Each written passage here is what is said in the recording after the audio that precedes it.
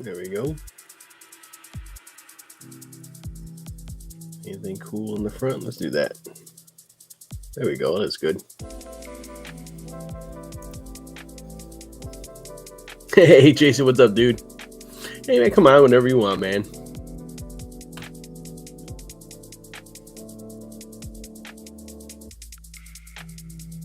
do the overlay. You guys like that better?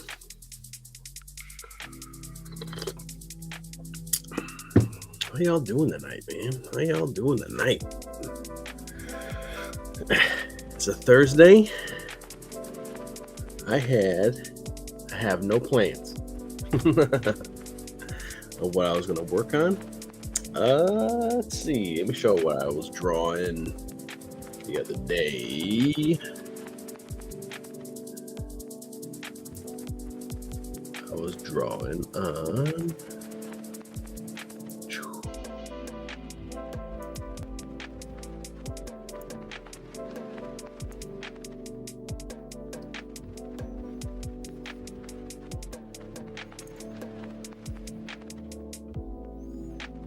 show that. Two cameras, two places to stream for free, homies. For free, restream, dude. Let me show you. I'm gonna have to move this. Give me a second. All right. Let's see. I was hanging out on Topic List, and we drew this kitty cat night. Y'all can see that. We drew that guy. Want to buy him? $30 plus $5 shipping to the US. I want to buy this kitty cat night. Maybe I'll do another one today. Guy right here. K-pop, what's up, K-pop? Nice to see you. I'm actually live. We're doing some streaming. Man, work has just been killer lately. We're downsizing from 2 units down to 1 unit, and we have to sort of hurry up and wait type stuff. We gotta wait. We can't do nothing. So there's a lot of waiting, but also organizing, but still waiting. I don't know, man. I don't know what I was gonna show. I don't know. I was gonna draw. I don't know. Let's get a sheet of paper. We'll start off maybe with some circles. You gotta let me know when you're set up to draw. You can come on, hang out and draw. I know you've been working on your art, girl. Oh, I don't know if I showed you guys this. I might have. We went to Disney World a couple weeks back for the Festival of the Arts. That was really cool, seeing all the cool artwork and stuff. And they had a little animator doing a little drawing class, and we drew Edna Mode from Incredibles. So that was kind of fun. That was cool. And then I think I have some other artwork coming. I was watching, so they have a store there in Disney Springs called the Art of Animation or something, or I can't remember what it's called, but they got actual original artwork there. But you can actually have an animator or an animation student draw you Disney stuff. And they have like templates and stuff that they use. I was like, I could do that, dude. How much they pay? I'll sit here all day and draw Robin Hood and Mickey Mouse and Donald Duck and Scrooge McDuck and all this stuff. Hey, Stat, what's up, dude? Popping in to say hello to all of you before logging off for the night. Hey, bud, always nice to see you, my man. Sorry, I wanted to pop in on your stream. I'll catch it later. I love it when you do your random draw streams, man. I always catch them on the replays. They're always cool and fun to have in the background as I'm doing my own artwork for inspiration and stuff like that too, man. So hope you have a good night, my dude. Always nice to see you. Stat is the guy I wish I could stream like. Just no BS, like super, like just chill, you know. And I try for a bit, and then every once in a while, like sometimes the shit stir in me will come out, and then I'll start.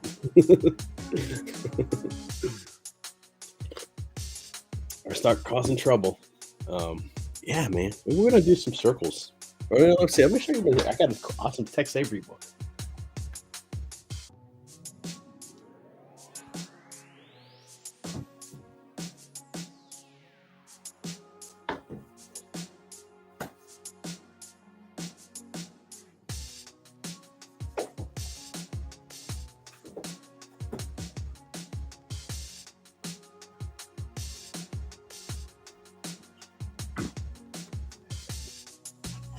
Hours, 2 hours. You actually stream for 2 hours, Stat, man.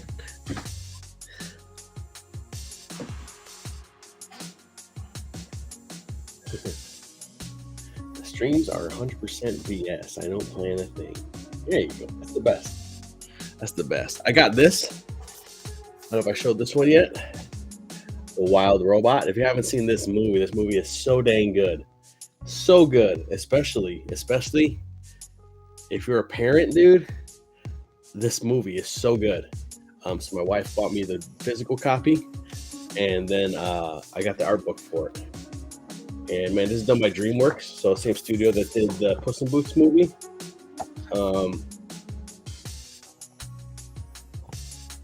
And it's just so cool seeing all like the concept stuff here. I'm blocking my mic, you know, if you guys can hear me. Oh yeah, all the different concept stuff that they did. Man, this one is so good. Such a good movie. And I don't think they baby the audience either. I feel like this is I hope it doesn't get lost among just like all the other like doo-doo animation out there. But I feel like Wild Robot is a modern day something, a modern day animation that belongs up there with Secret of Nymph and like timeless classics, because it doesn't treat kids dumb, and its subject matter of the subject matter is kind of becoming a parent, owning your mistakes, but also growing and changing and kind of figuring out where you belong, and you might not belong where you think you belong. So good. And if you can watch it without crying, kudos to you. Kudos to you. But this was an awesome one. Probably one of my favorite modern animated movies. So good. All right. Let's see. We got the book. Cool. Now they were planning a sequel. Quiz Senders means money to the studios. I think it's based on a series of books. So I don't know how many that they cover in this. How many they cover in the first one, but I know it's like a series of like 3 or 4 books or something like that. So that's a good one. I don't know if I showed you guys my Tex Avery book last time. This one was cool, and the main reason I got it is for Little Red, because I'm gonna see how Tex Avery draws hot chicks, and I'm probably gonna copy that. I'm just gonna blatant copy, right? This is the Tex Avery, the MGM years 1942 to 1955. Yeah, because I see some of these guys on Twitter, some of these guys that draw women, and man, they draw them so fun. There's another guy that I watch. That I follow, who does the art for Skullgirls, and his women are just so fun and dynamic to look at, and cute and sexy at the same time. Just so good. So yeah, I want to draw. I enjoy drawing more of a cartoon style than a comic book style. I can't stand all that rendering crap and stuff like that. Just as much as I try, I can never get it to work. Yeah, this is just so classic stuff. Tex Avery had some man, so good. All this stuff is just so good that it stands out. And if I had to choose between him and Chuck Jones, I probably would have to choose Tex Avery. And I think I thought this was cool. This is the library ticket.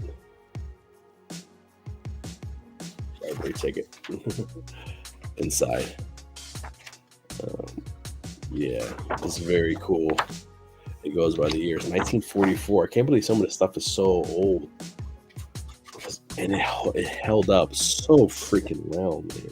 So well. Yeah, a lot of them is like I didn't even know that Tex Avery did it. Like I remember just watching these, and I didn't know it was Tex Avery.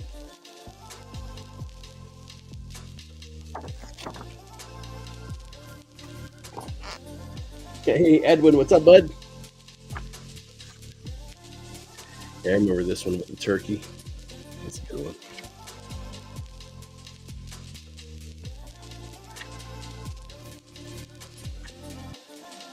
I remember this one, yeah. It's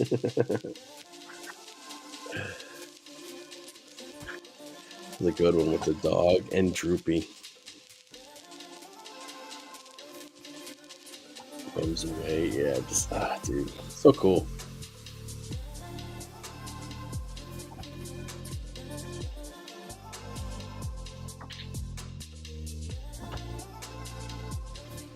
Some of this stuff you couldn't air today.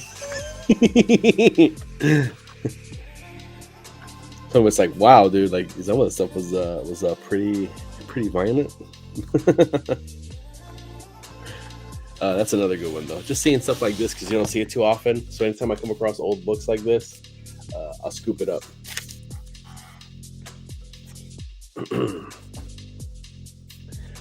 Let's see. If you don't have Jack Ham's Cartooning the Head and Figure, I tracked that down. Cartooning Bible. I love that book. Awesome. 1967. Oh, heck yeah. That sounds great. I'm still owed a Christmas gift. Or not Christmas gift, a birthday gift. I'm still owed a birthday gift. So that'd be a great one too. Maybe it's a cool one to get. In case you're a little confused by the chat here, newest is at the top. Newest is at the top. It's backwards.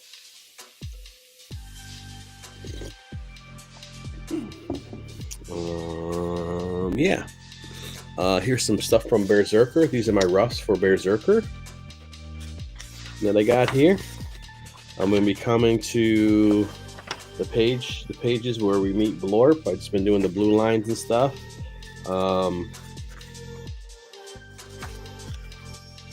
So I think I reached up here is, I think, page, let's see, 9, 10, 11, 12. Yeah, page 12 is where I got the roughs up till. And then I'm going to have to start doing some more roughs to finish the rest of the story for issue 1 of BEARZERKER. Also started working again on Sir Courage, which is the children's book. And just drawing stuff here and there, man. And I'm not rushing to do anything, to be honest. It's stuff comes out when the stuff comes out. I did like My problem is I keep having these ideas I would like to do, but there's just not enough time. So I did have um, the steampunk Willie book that I was kind of working on, but it was a rabbit instead of a mouse, but which is going to be a throwback to the 1930s Disney animation. But I might turn that into a fantasy book. I think that might be kind of cool. A fantasy book in that type of style. I think would be really, really neat. Or maybe I'll have him fight like a wizard or something. But him being the plucky mechanic instead of a knight or whatever. So yeah, I think I'm gonna do more of this little dude. I like this guy. This guy was pretty neat. They took my my tape. I just have a piece left. Let's do some stuff. Ooh, still in print. $13-14 brand new. Is it offered in a hardcover and a soft cover, or is it only? Because if I could get a hardcover, I'd definitely get a hardcover.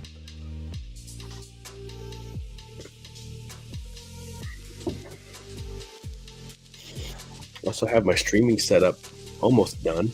I ordered another camera and a light for that, so I can do my game streams, which would be pretty neat. I don't think we got a homie in the back. Boop, boop, boop, boop. Let's bring him on out. Hey, Spots, what's up, dude? Hey, what's up, man? What you into, man? Not much. Just doing a little froggy thing. All right. If I can make that. No, let's make that bigger. I'm not working on anything right now. Oh, that's cool, man. That's cool. Yeah, Jason drew that last week, so I'm gonna color it up now. Getting ready. What are you up to? Awesome. I have no plans. So No plans. I'm probably just gonna doodle some stuff. Right. Whatever character you do, make sure that another creator hasn't created that and is going to use it in a different project, though. So, just be careful. Right. That's how it always is, right? Well, I had that idea and I was gonna use it, and it's like, okay, sure, man. So they say everything is stolen, like all the good ideas are already taken.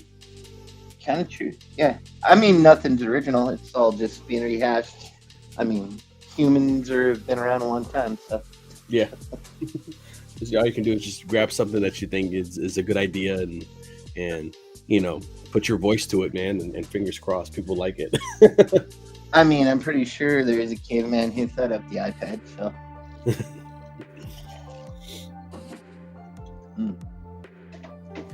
This is a different streaming platform. I've never used it before.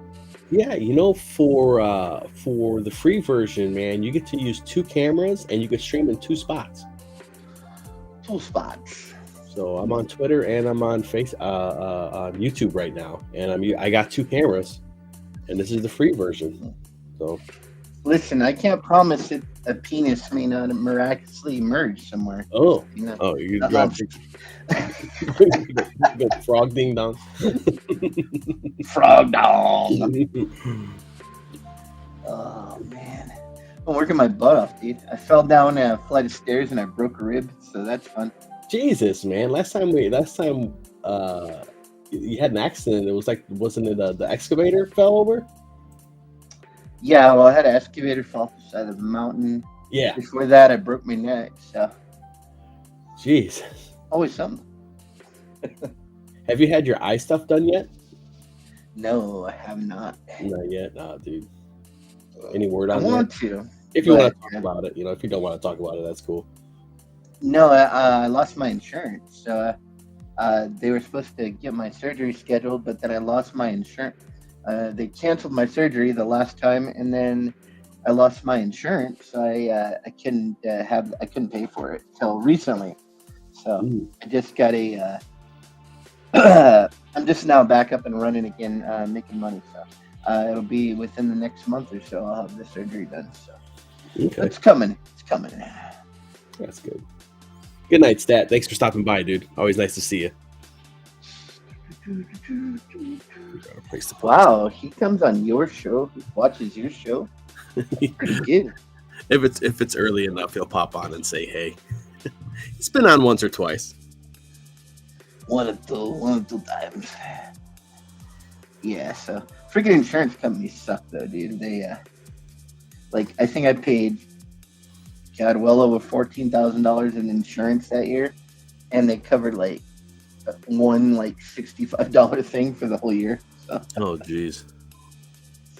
they really only work if you're like have heart failure or something. You know? Yeah. Yeah, I remember before they had all this, before they made it mandatory, I remember insurance was like way more affordable. Oh yeah, the Affordable Care Act did nothing but like destroy. Like if you're poor, it was good, right? So if you were like one of the absolute bottom earners in the U.S., yeah, it was good for you because you get free insurance. But if you're middle class or even like upper lower class income, you can't afford insurance. There's no way you can afford insurance now. Yeah. It's funny that all the people that are working can't afford insurance. No, the people that ain't working get it for free. Hey, Jason, what's up, dude? How did Ink beat me here?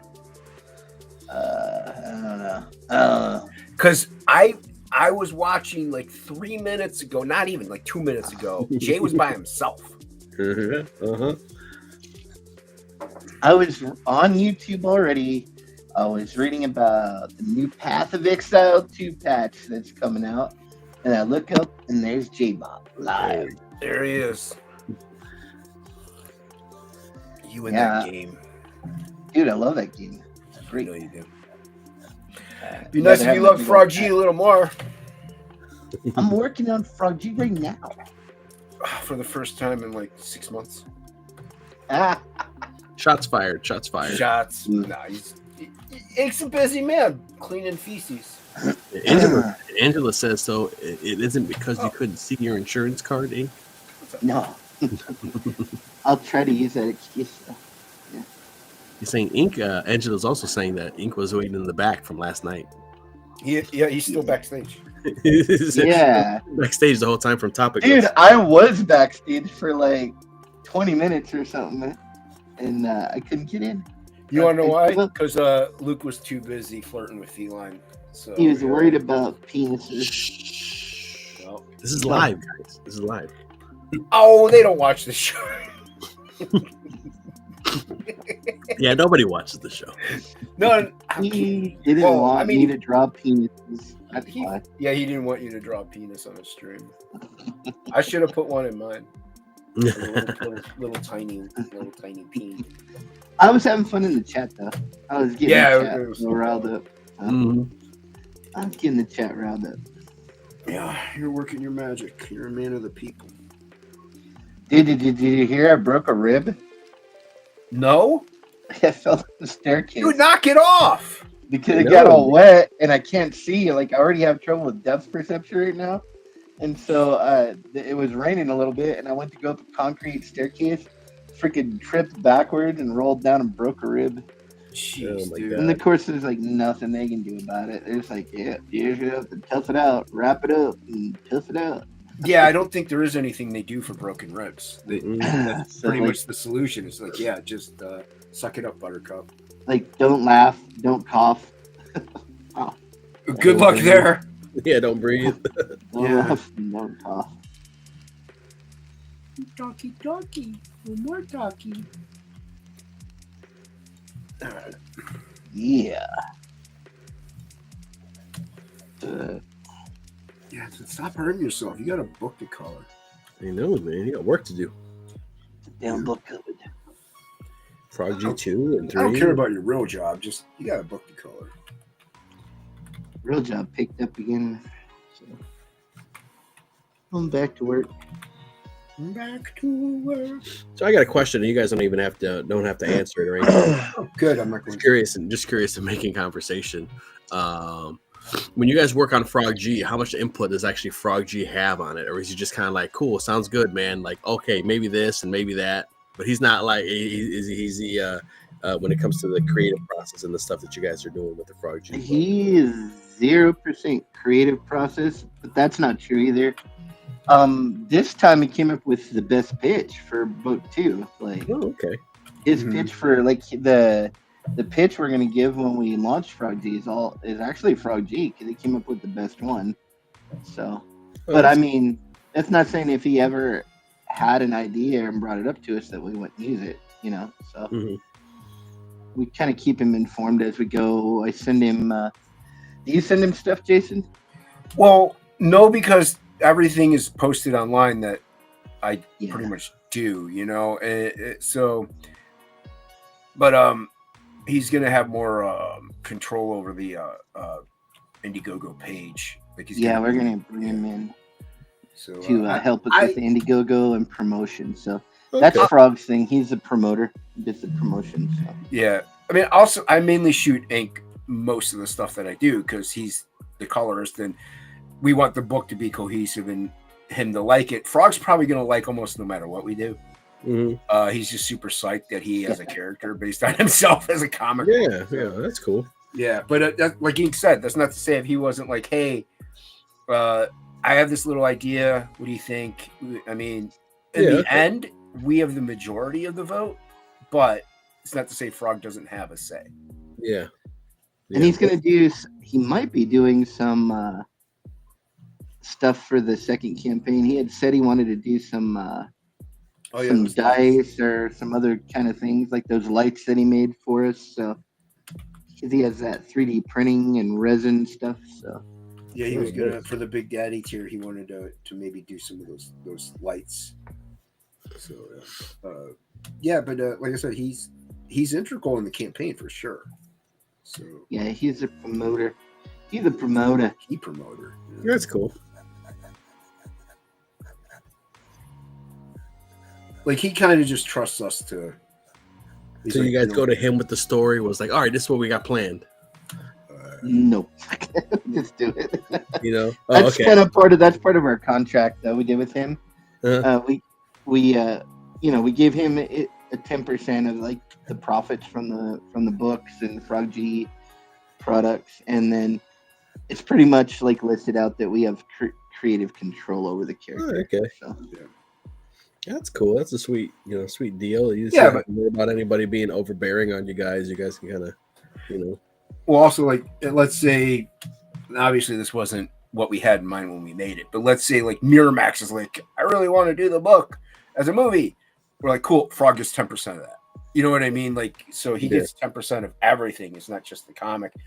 Now, if we make something outside of Frog that's... I don't know if it's in the contract. If we like Voodoo Priestess story, does Frog get a part of that? I can't remember. Because that's not Frog G, but that's a Frog G IP, so I don't know. I can't remember how the contract was laid out. Oh, I think we lost ink. For what now? Like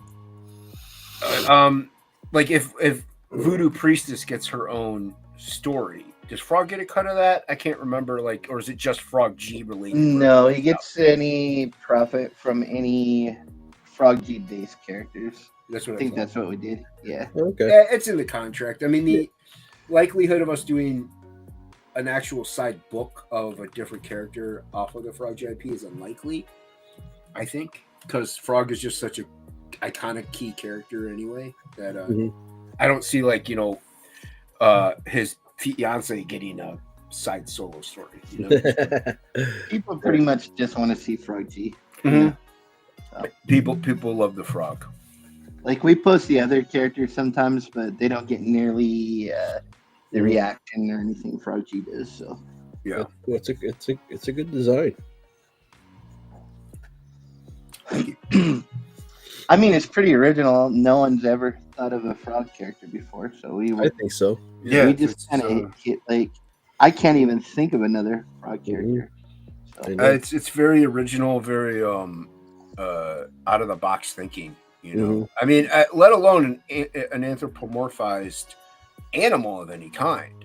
Yeah, basing any kind of superhero on an animal. I mean, never been done before. I think I would have to ask Grok, but I'm pretty sure we're the first. Yeah, groundbreaking. Yeah. We For sure. we create worlds, dude. We create worlds.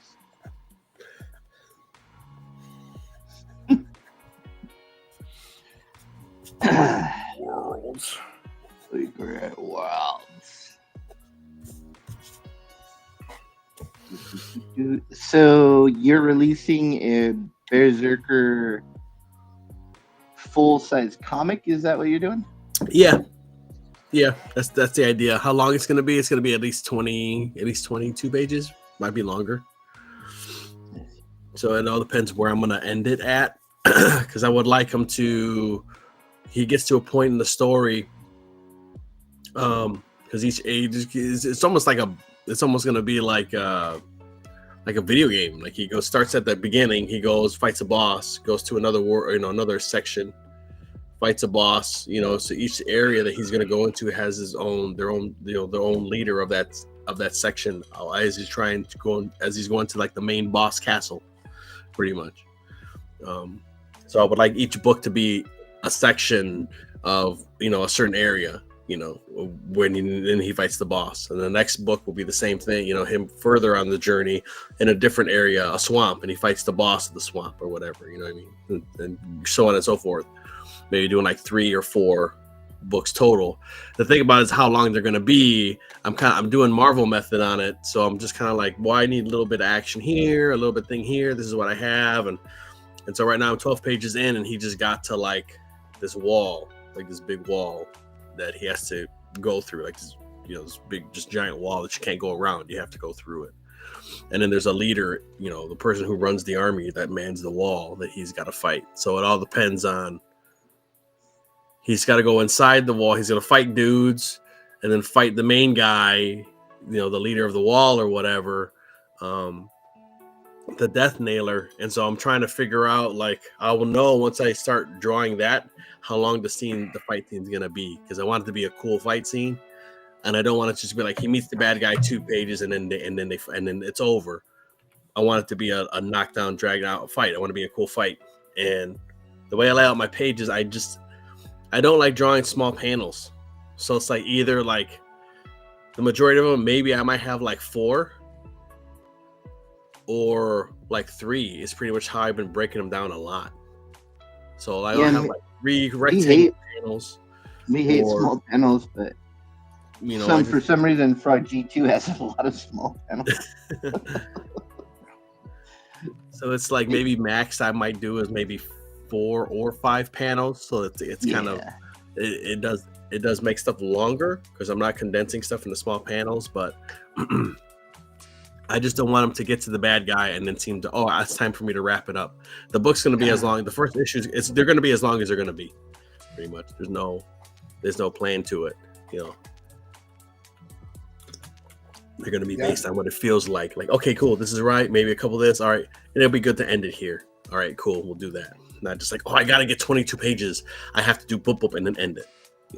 So I do like sticking with like the comic book size page count, but maybe like 2 or 3 in one volume, mainly because if you happen to get lucky and like you put it out through an independent publisher, they can then do single issues of 24 pages, 22 pages with ads, whatever.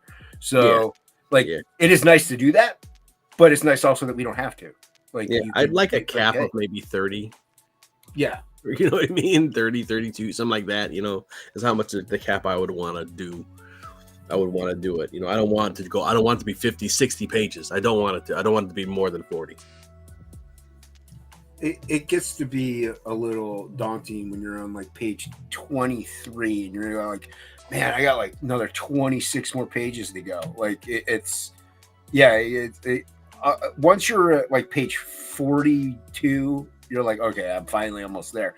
But even before then, you're just like, man, this is taking me forever. So and we were doing single issues. Like I would have been done with my line art last month, and I could have been working on the second book still while ink's coloring. Like, but getting out the 2 in 1, like there are pros and cons to them both. It is cheaper to print. There's 2 ways I'm thinking about approaching it, and that's depending on how it's flowing. he reaches the death nailer and the book ends, and then the next book is the fight, or depending how it flows, he meets the death nailer and then he fights the death nailer. So that's how it depends how it goes. But if I did, let's say they gets to 24 pages and he meets a death nailer, then that's going to be the end. Do a nice cool spread, whole full page spread. And then the next issue will be BEARZERKER versus the death nailer, and that issue will be a fight fucking issue. Right. Of just doing him, just doing a cool knockdown, drag out fight.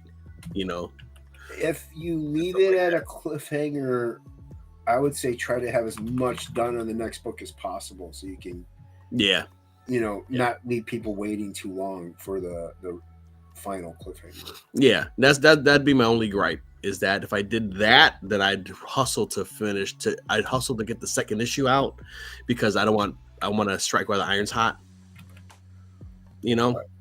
And that's, or at least have that, or at least have it half roughed of issue 2 if I was going to do that before I even launched the first issue. Because when I launch the book's going to be like, when I launch the first issue, it's going to be done. Yeah, and that's the sort of thing to do. And that is something, I wouldn't say it's a problem we ran into with Frog 2, but if we were, like, the second we finished that last page, if we had just kept making the book, we probably would have been starting 3 by now. You know what I mean? Yeah. Rather than, I mean, we had complications that arose in personal life, so it may not have been as fast, but we still would have probably been further along. Maybe, I don't know. We pretty much jumped right into Frog 2 while we were, doing everything, so it's not like there was too much of a wait. The health things are really what threw a monkey wrench in everything. So otherwise, yeah, we probably would have been at least definitely probably starting Frog 3 now, and this would have been in crowdfunding or getting printed right now. Hey, Cranberry, what's up, dude? What's up, Cranberry? The health thing is still kind of a problem even right now. So, yep. Like, because my eyes aren't 100%. So well, but that's why we're also where we're at now, because I can, even if let's say I finish mine today, the whole book done. It doesn't matter if Ink finishes the rest of his in a month or 6 months. Like, there's no real pressure because people haven't backed it. Like, we want to get it out as soon as humanly possible, but we want it to look amazing. So Ink would obviously want to have his eyes good, so, and also like everything else that goes along with it. So that's why it is good where we're at. But yeah, we want the book out. So yeah, real life throws a monkey wrench in everything, dude. But that's also why a shorter book is a good thing too. That having it done too. And we're working on another book in the different than Frog in the meantime too. So yeah, as like slowly. So we're gonna do a double. It's gonna be a regular size, but it's gonna be a flip book with 2 12-page stories in it. It's just quicker. Awesome. It's quicker because I could get 12 pages done pretty quickly, and so can Ink. But 24 pages, that takes a lot longer. So the book would get done way sooner this way. Also, it gives us a way to play around with different art styles and different stories and characters and stuff like that. Yeah, introduce some new characters we want to use. It'll be fun, and it will be a welcome break because you get burnt out from certain things. So it will be, because we could also do that while we're campaigning Frog. So it's not like it's gonna really hurt the process of anything.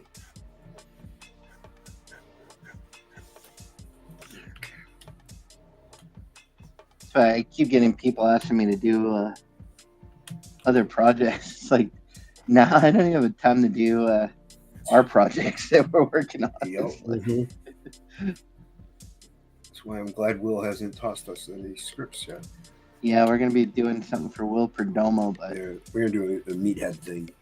That's cool. But it's really short. It's pages, 7 pages. We can knock or that 7 out. pages. Yeah.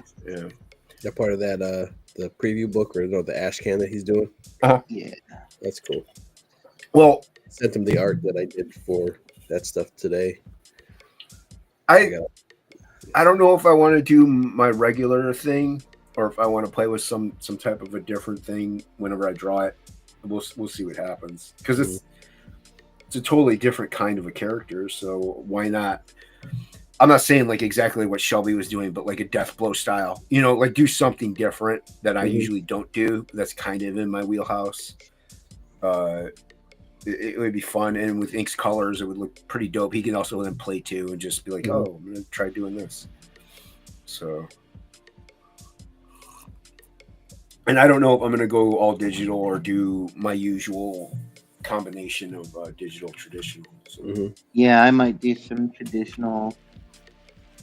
I don't know. I'm working on the style for a flip book, so I might use that for kind of a test and see how it works out. So that's not a bad idea. I already know the flip book I'm going to do all in pencil. It's my half is going to be all penciled. I'm just going to scan it in, mess with like the levels, and quote unquote ink it that way, and then maybe do some spot colors on it, here and there. So that sounds cool. Yeah, that's what I want to do, because I don't pencil. I have 2 penciled pieces in my entire portfolio now. One that I've had for like 15 years. That I did for an independent book way back in the day when I could see a lot better. And then that Indian chick sitting on a giant's head that I did like last month. That's it. That's all I have of fully penciled work. I don't do pencils. I don't see the point in it. I'm going to ink it. Makes sense. Well, I should say I don't do tight pencils usually.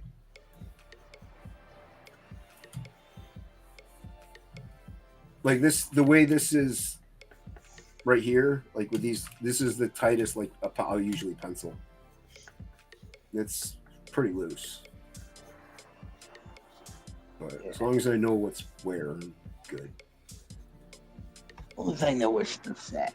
I usually don't know where stuff's at because I draw like crap whenever I draw it like this. It's better than the layouts, though.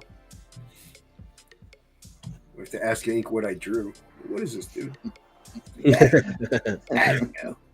I do that too. I'm like, what was this? Or I'll like scribble like what they're gonna say or what I had planned here, and I'm just like, what the fuck was I saying? We're like, we're not gonna. I mean, we were like, this time in book 2, we're gonna be more prepared. And so we did we did the script and we wrote it down and everything. And yeah, we still don't know what the hell's going on. Yeah, no idea. No idea what I wrote. We're like, what were we gonna do on that page? Oh no, I just wrote that we were gonna.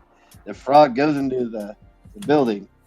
Well, what was gonna happen? I don't know, but he goes into a building. So just do that. Well, and it also especially doesn't help when I'm just going off of my layouts that I did, and I did write little notes on the layouts, and instead of looking at the script we wrote and going off of that and then looking at the layout and be like, oh, okay, this is what's happening. I just go off the layout. And so sometimes I don't know what I wrote. And I was like, oh, I think this is what it is. And I just draw something. Dude, I'm missing, quote unquote, missing 2 pages because I did that. Because I thought something was happening on the page that wasn't. And when I went to the script, I'm like, I didn't draw that. That's not in this book at all. So I'm actually only down 1 page now after this 2-page spread. So yeah, I had to make up other pages to go in. Yeah, we work great together. That's okay. It'll look good. That's all that matters. All that matters is it'll look good and no one will read it. Nope, nobody reads it. I gotta go look at the reference page for this. That's cool.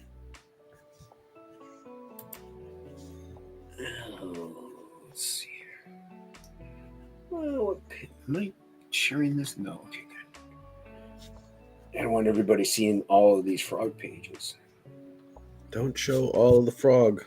I actually already have. If you watch all the streams I've been on, I think I've drawn every single page live. Oh, I didn't scan it in yet. Never mind. I gotta go look at the original. Hold on. Which one turns off my camera? It's this one. Yeah, okay. Oh. Oh.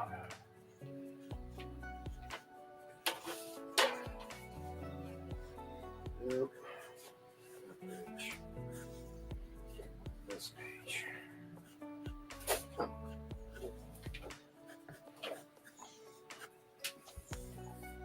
I drew it right on the. I drew it right. For once, I drew it right without the reference. All right. Yeah, I haven't scanned in the last 2 pages. I finished. I know you're itching. You're waiting on them, ink. Oh yeah. Oh yeah. You know. Hurry up! You're falling behind, Jason. What are you? What are you, a writer? I'm on a Fox, not Fox News. Fuck. There we go.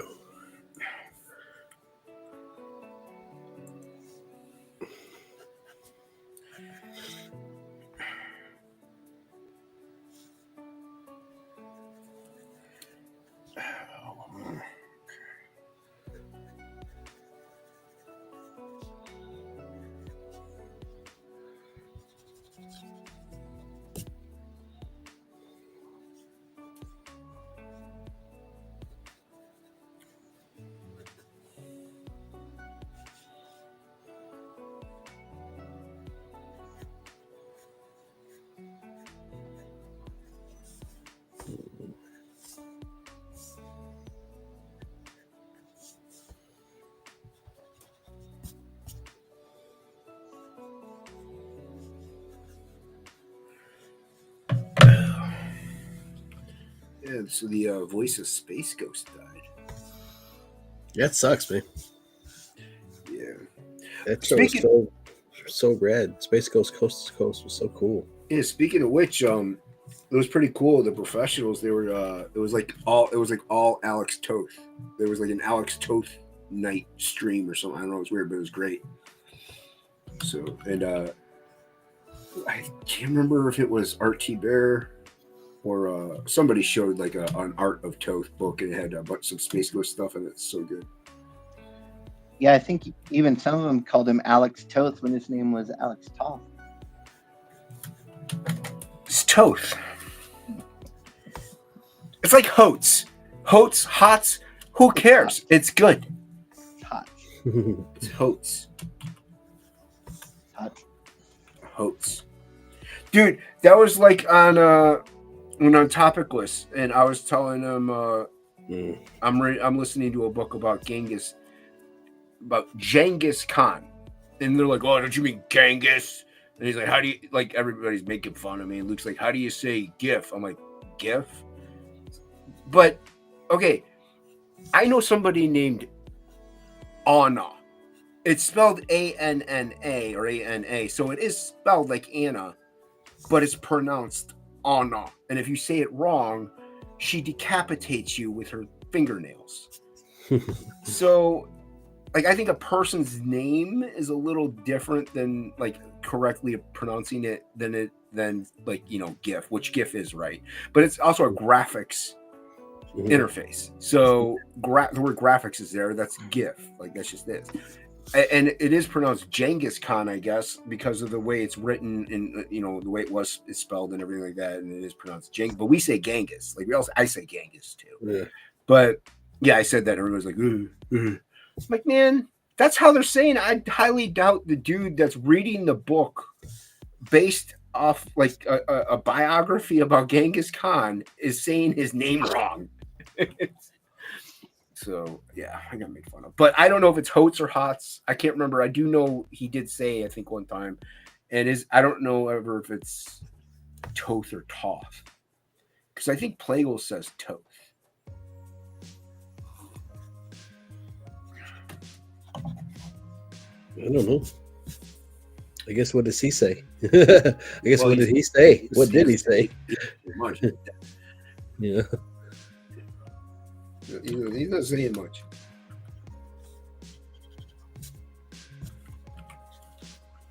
I don't know. I think as long as people kind of know who you're talking about, that's all that really does matter. Yeah.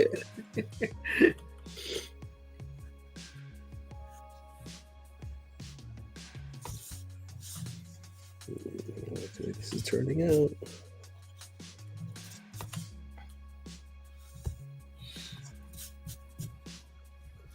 Yeah. Space Ghost is dead. What are you going to do? What are you going to do?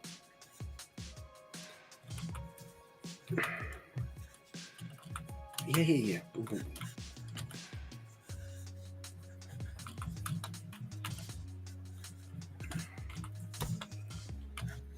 Yeah, I don't know anything else that's going on. I'm just working.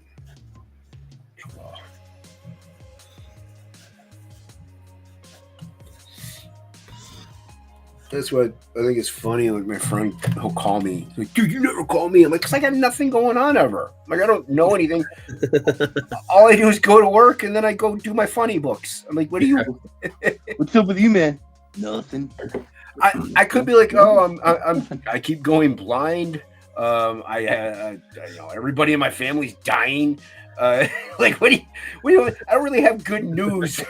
It's like, it's like prices everywhere are going up. Like, we're struggling to get by. We live week paycheck to paycheck.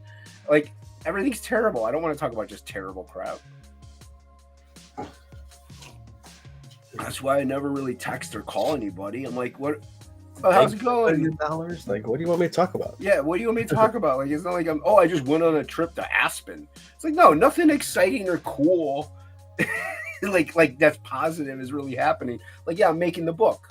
Like, that's it. Like, I think that's fun and exciting and cool. I'm making a comic book, but no one else that are my friends really care. So, I got nothing to talk about. I'm sorry. It's the way it is.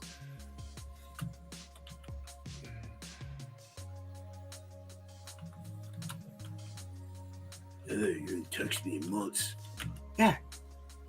It's because I'm not doing anything. I don't want to go out and hit on chicks. I ain't got time for that. I ain't got time for that. Time for you. Oh, shit.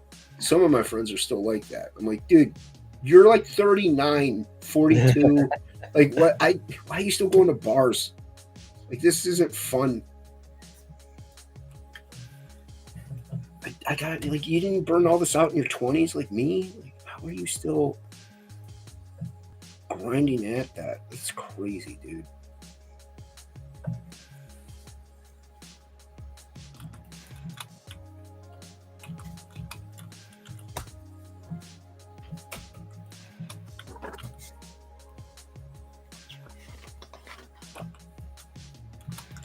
What page are you working on, Ink? Not a page. Nice. Just a frog G-tron. What page are you working on? Not a page. Well, okay. The frog, like some of these, we might want to send one out to the sign up people, just because I haven't sent any emails out. I just think people get annoyed if you would bother them with too many emails. The Cranberry says bars aren't fun. Yeah, not really. Yeah, if you're a middle-aged man, not really. No, they're for kids.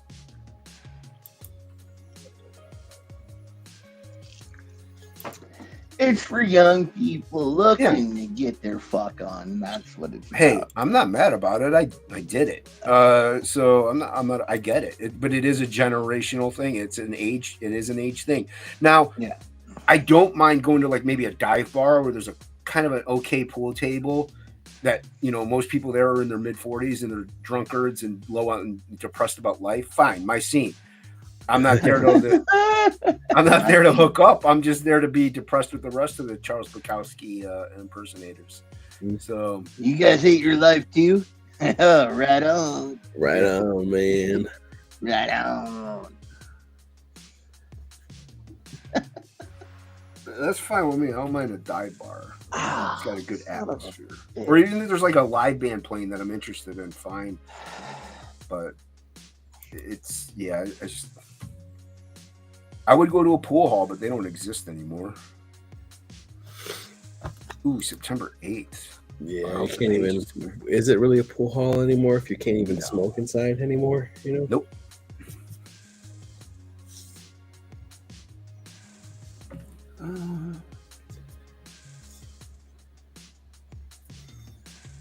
Uh-oh. Did I just do something? Congratulations, your page is now live. 107 signups. Cool.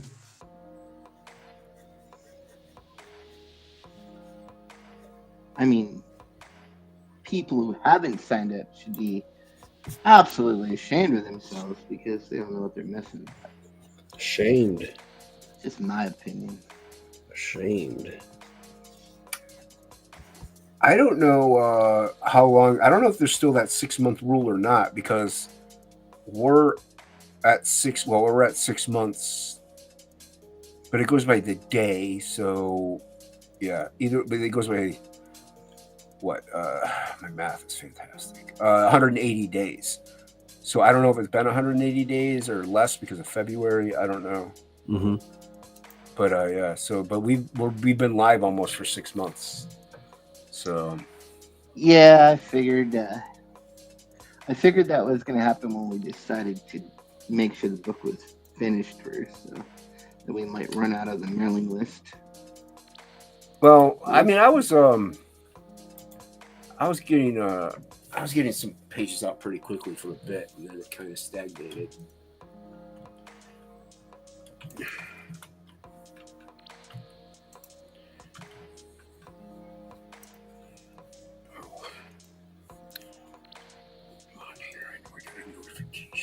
I just got busy at work all of a sudden. I had nothing going on, then it got really busy. Well, you got to pay bills, so that's yeah, there's that whole bill paying thing. Oh wow, that's a lot of words. It's annoying. Hey, Cranberry says pool halls are fun. Yeah, I like pool halls. So bars aren't. Pool halls are.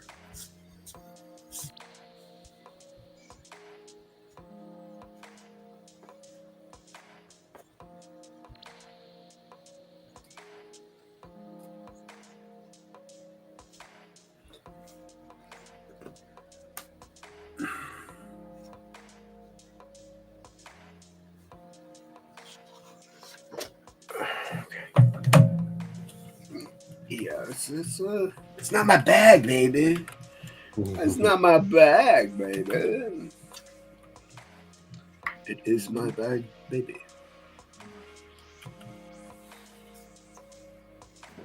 Okay, I guess I would go with that. I'm trying to figure out how I did this. It's all weird.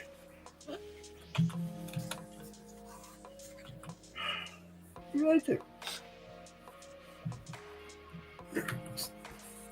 This first. So there's that. There.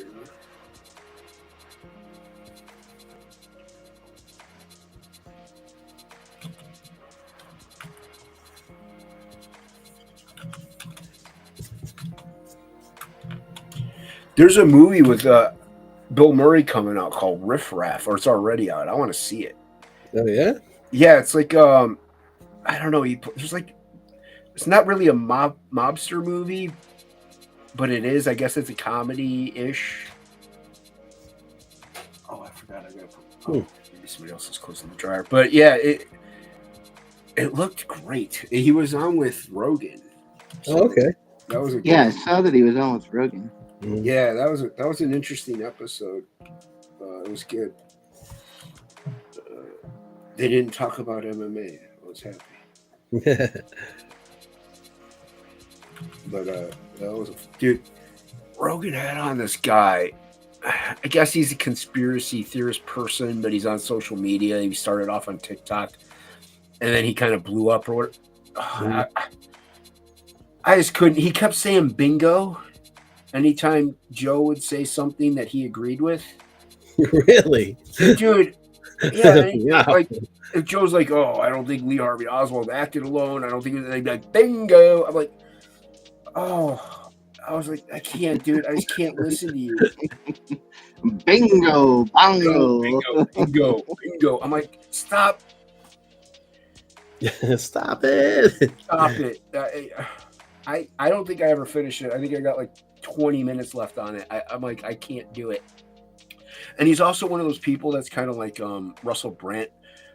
You can follow him because they talk fast, but he has he's quick on memory retention, so he can say names and places and people with it, without even going or thinking. So he'll name like 15 people in a row that were involved in something.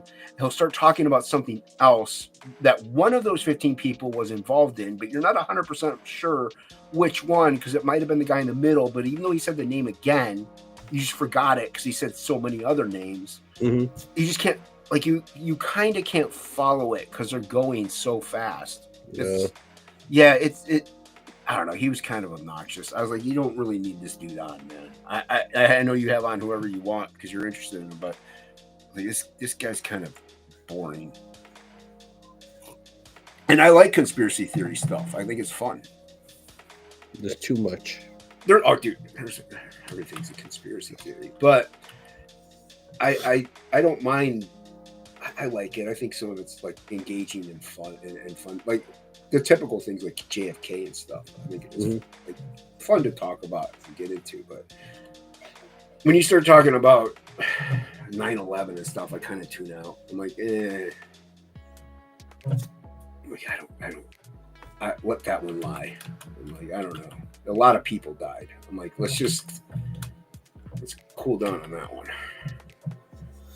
Cool it down.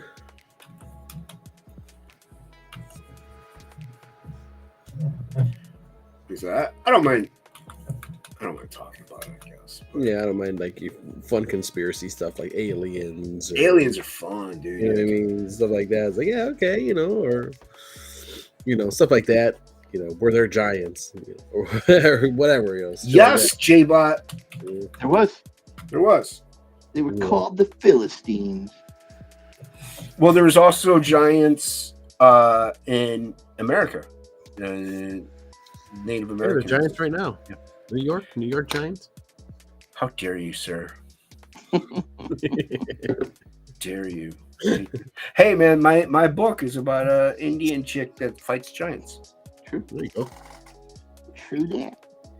Yeah, yeah. Although the giants of mine are way bigger than the giants that were supposedly existing when the Indians were, because wasn't that the theory with David versus Goliath, right? Yeah, exactly. But the thing is, when they say giants in that sense, I think they're talking like 7 feet, maybe. The giants the giants from Native America, I think some of them got to be like 10, 12 feet tall. Like that's crazy big. So, but they weren't like 50 feet or anything. I mean, all the giants pretty much in the Bible they were like referring to one race, like the Philistines, one race of people that were just like unnaturally tall. And then again, but you could even say, hey, if the average height was 5'5", anybody that's 6'2" is going to be a giant. You know, so well, I forget which country it is, but one of the not like Sweden, I can't remember, Norway, one of those countries, the average height is like 6 foot. Like everybody's tall in the whole country. Wasn't that Norway, the Norse? Yeah, it must be. Like it's where all the women are blonde and everybody's freaking tall. Yeah. I'm pretty sure that's Iceland? Yeah, Iceland. Yeah. Right. Iceland or Norseman, Norway. Yeah. So, I mean, it's not really far-fetched to say that there was it could have been a place where everybody was like 7 foot tall. Yeah. And that's the thing when you say, oh, there were giants, people are like, oh, there weren't 60-foot tall people. It's like, well, that's no, there weren't. Giant would be like 10 feet tall. Like if I was you stand next like Andre the fucking Giant, dude. Andre the Giant, dude. You go stand next to Shaquille O'Neal and you can't tell me that dude would be a giant. Like it's a freaking giant. It's crazy. Or what what's that dude's name? Like Umbompo Tumba that's in the NBA. Like Tuba. I can't pronounce his name, dude. But it's something like that, and he's like 7'4" or something ridiculous. Huge, dude. I think the tallest man ever recorded was 8 foot something, like American man maybe, but yeah, he's like 8'2" or something ridiculous. It's crazy. I saw there, dude. Google image search. Sunbury Langer said it's Denmark. Is it Denmark? It's somewhere over there. Well, look at where the mountain's from. You know. Yeah. Like, the guy played the mountain, and he's strong man. He might be strong dude. The strong mans are from fucking they're from that area. They're around in that area. But even if you Google image search, it's crazy. World's tallest woman and world's shortest woman. Like there's photos of them together. Dude, the shortest woman, she's holding the world's tallest woman is holding her. It looks like a doll. Like it looks like a ceramic doll. It's the creepiest thing. It's so crazy. People think I'm short. Like, look at short people. It's about the size. How do you use it? There's actually measurements for the Goliath in the Bible. I think it was like 12 feet tall. That's doable. 12 feet tall is doable. Well, also back then, like now, they catch that disease that makes you giant. Yeah, They catch it early so that you don't die, because a lot of people would get like super tall, but then they would die because their heart couldn't pump blood.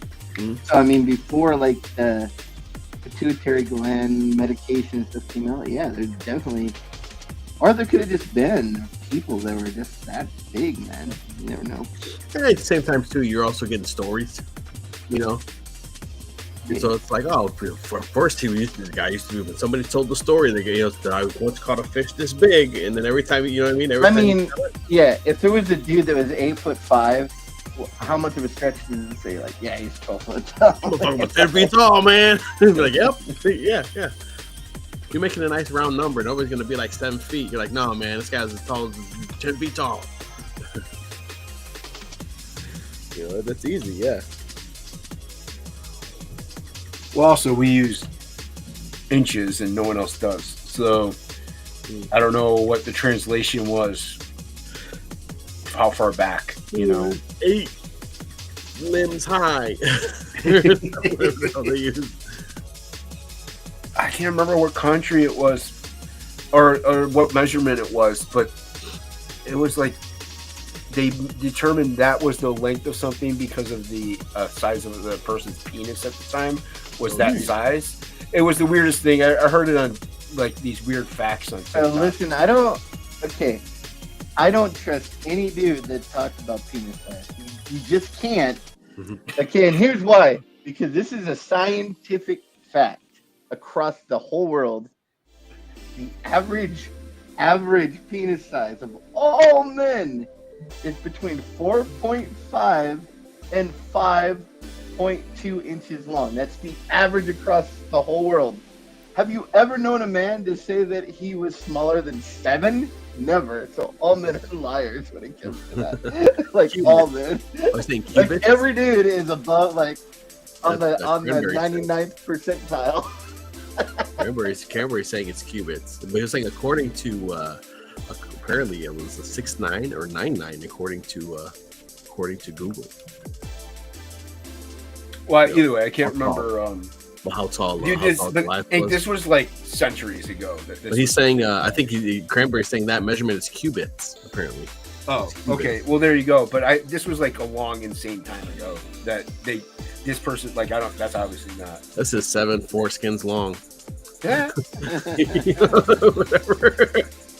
And it's like in England, in the UK, whatever, 6 stone. Yeah, stone. Yeah. Like it's about 20 stone or 30 stone. 5 stone. Yeah. Which sounds cool as shit. You're like, I don't know what that means, but it sounds cool. Well, that's why people I'm 60 kilos. Like I'm 60 kilograms. It's like, well, you sound lighter. Like you're actually not. Like you still weigh 150 pounds. But it's like, if I say I'm 65 kilograms, I'm doing pretty good. So yeah, not really. And a kilo is 2. Dude, I don't understand all that crap. Like it's 2.2 pounds for every kilo. And I only know that because I was on dialysis, and for some reason they weighed everybody in kilograms. So that's the only reason I know that. If I was a healthy person, I never would know. Dude, Fahrenheit to Celsius is the weirdest one. I don't get that one at all. Like there's some mathematical gymnastics that they perform to get it to be what we have, or what we get it for them. It's the weirdest thing.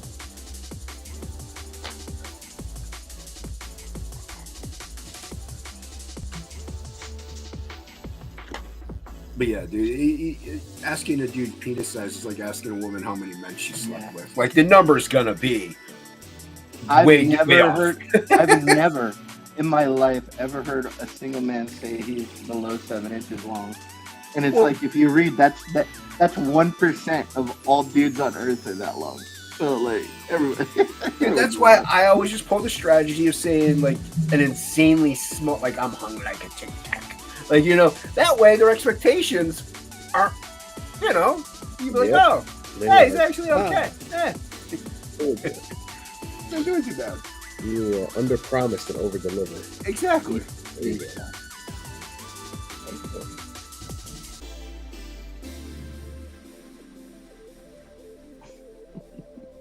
I just think it's funny. Yeah, I've never ever heard a dude admit to being smaller than 7 inches, like in my entire life. Well, you know what's funny though, Ink? Everyone we hang out with seems to be over 6 feet tall. Okay, how is that when people that are over 6 feet tall is like what, 3% of the American population? Yet crazy. Everyone we know is like, I'm 6'1", I'm 6'3", I'm 6'2". I think Jay Ryan's like 6'8". Like, how is me and Jason are down here like 5'5", 5'6". Yeah, I'm 5'6". I'm with you, man. I'm 5'4". Yeah, Jay Butt's 5'4". with y'all. Yeah, Jay Butt's one of us too. Fuck all these tall people. Yeah, even Plago, I think Plago's 5'10", 5'11", somewhere in there. I think he doesn't look it. That's crazy. He doesn't look it. Yeah. On video, he looks short. And that's his like everybody thinks I'm taller than what I am because of my camera angle. When I saw that picture of you with all them guys, you look like a midget compared to all them dudes. It was crazy. Yeah, I do. Little tiny Jason and everybody else is like humongous. It's okay. I walk with confidence though. How tall is Billy? Billy, I don't know if he's 6 foot or if he's like 5'11". See, Billy seems tall. tiny on his streams. He seems like a shorty. I think Hockey is 6'2". I know Hockey's over 6 feet. He's either 6'1" or 6'2". Billy might be 6 foot. I'm not 100%. But yeah, Luke, I think, is 6'3". Shay is like 18 feet tall. Shay's tall, especially when she's wearing heels. She's even taller. Like, it's crazy. Tall when they wear heels. Sai is 3 foot 2. Sai is like 3 feet 2 inches. 3 feet 2.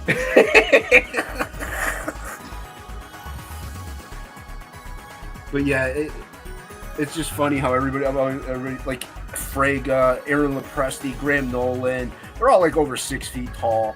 Like, that's the thing. This is what I'm saying though. Like, that's like 3% of America, and they all hang out in indie comics. That's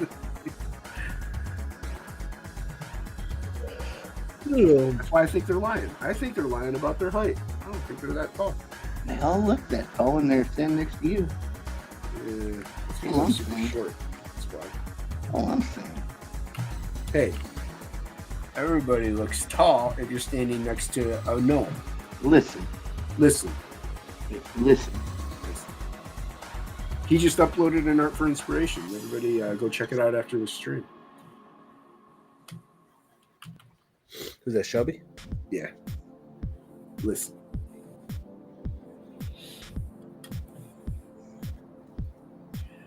Oh, this part takes the longest. My internet keeps going out to my nephew. I my nephew lives in the guest house now, so he's sucking up all my internet. Oh, sucker. Told you, change your password. I probably will. I'm getting tired of it. Or I can pay for half the internet. Yeah, either get your own internet, pay for half the internet, or you get no internet. It's like, or you. I mean, he gives you money every month, I'm assuming. No, I don't own this property. It's my father-in-law's property. So I rent as well. Yeah, but he's using electricity and. Oh, it's separate. It's all separate. Oh. Yeah. The internet isn't. Oh. No, the internet's not. He Right, just picks my signal up. Yeah. Yeah. Yeah, that's the whole thing. If he was living there and it was you were paying for the whole 9-inch shebang, you'd be like, dude, you got to give me some money every month. Like you're sucking up everything. Oh, cubits was the measurement from the Bible, though. It's not the penis one. Okay. It might be the penis one though. I don't know. His penis was 12 cubits. There's this British broad that just says these weird facts, or like the reason why, or like where don't throw the baby out with the bathwater came from, like stuff like that. So it's. Speaking I don't know. of TikTok British is broad, useful sometimes. What's that? did you see that British broad, or I think she's British, that slept with like 1,000 dudes or 100 dudes? Now her new thing is she's gonna sleep with like a whole bunch of old senior citizens. Dude, where's her daddy? I know. That's the reason why she's doing all of this, dude. She's got daddy issues. I see all this stuff, and I'm like, dude, where's this lady's daddy? Like, where's her I just father hope she's. at? Man? I hope he's not one of those thousands and she doesn't know it. Yeah, Dude, there's like that one chick whose dad is like running her OnlyFans for her.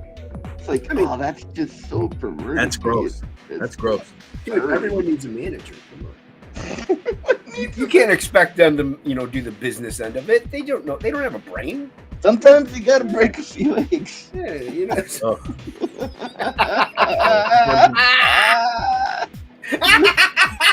Sorry, Jay, that's an inside joke from the pit that we can't talk about. Yeah, we definitely can't talk. We can't talk about, especially not on your stream.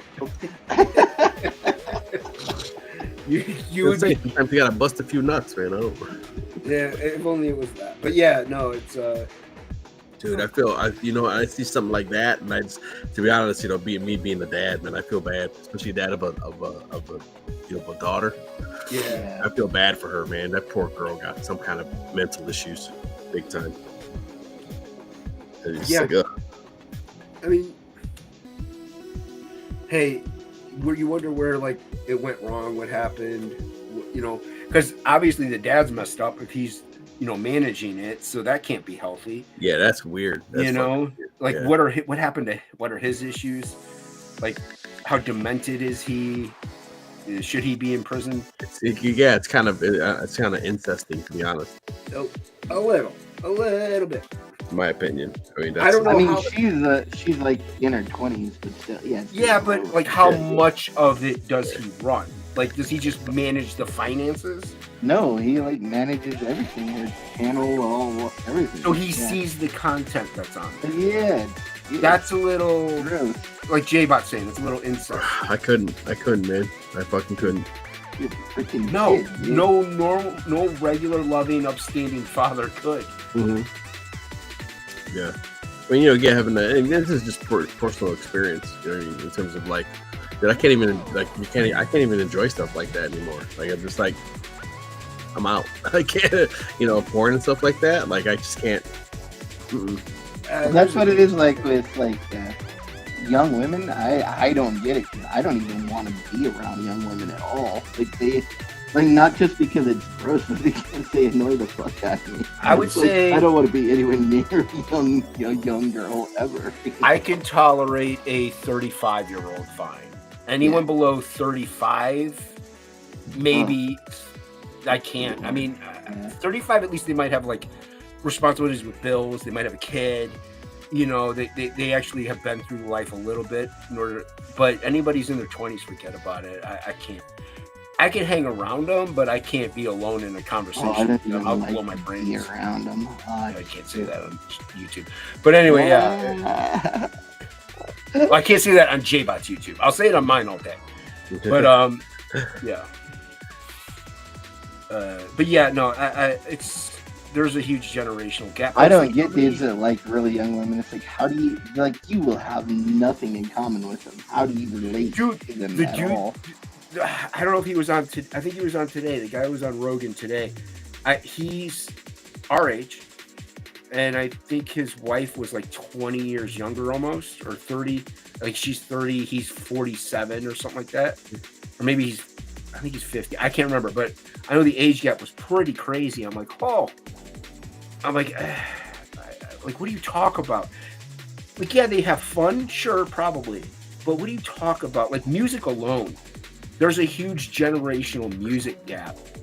Even somebody from my age to somebody who's even like mid 50s or mid 30s, there's a huge music gap there that I just can't relate with. It depends, man. It also depends on the person. I have a young kid that they used to work for me, man, and he listened to like the Beatles and like Genesis. Like he listened to all like who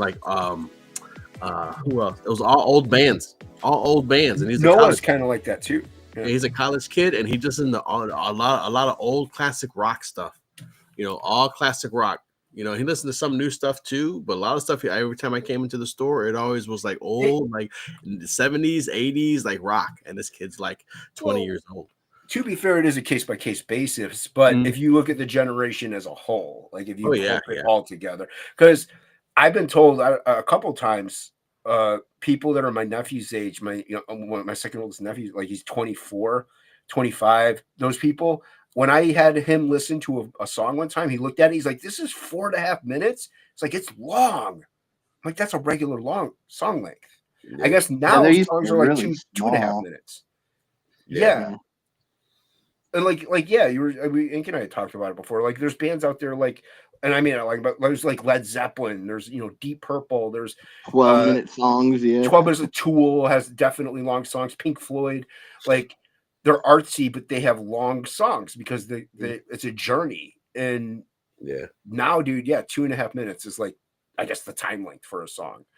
It's the weirdest thing, but like I said, that is a generalization of the generation itself. That's you don't have anything in common.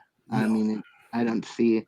I mean, the only thing would be like, and I don't think like if you had kids like J-Bots, you got a daughter, so that like, I don't see how you like if you had a daughter, how you would be able to be with like a young girl like that. Yeah, it's when I have young girls come in the store, I kind of see them as kids. I can see them, they could be 20, mid-20s or whatever. I always see them as as kiddos, So I'm just like, okay. Hey, kiddos. So I'm just like, hey, what are you looking for? And I kind of go out of my way to make them feel welcome too, because it's like a very few and far between where a female will come into a retro game store. Very true. I thought females were all about gaming now, my friend.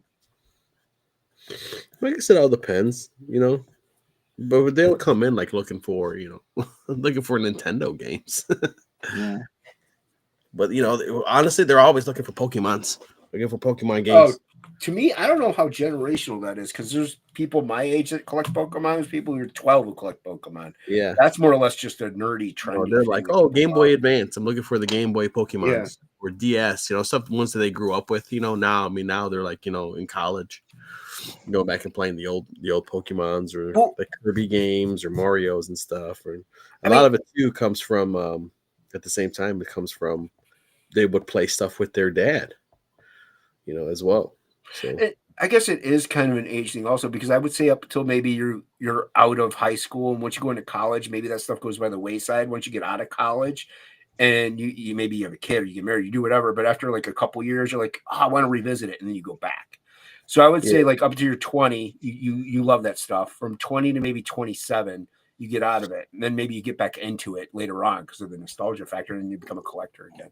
Well, I think we're going to be like especially our generation is a weird generation. We're going to be like the first generation of like old people that are 60, 70 years old playing video games and actually using technology, because we that was kind of our age.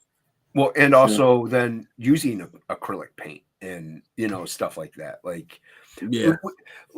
I guess there's a for like J-Bot, you're what, 45?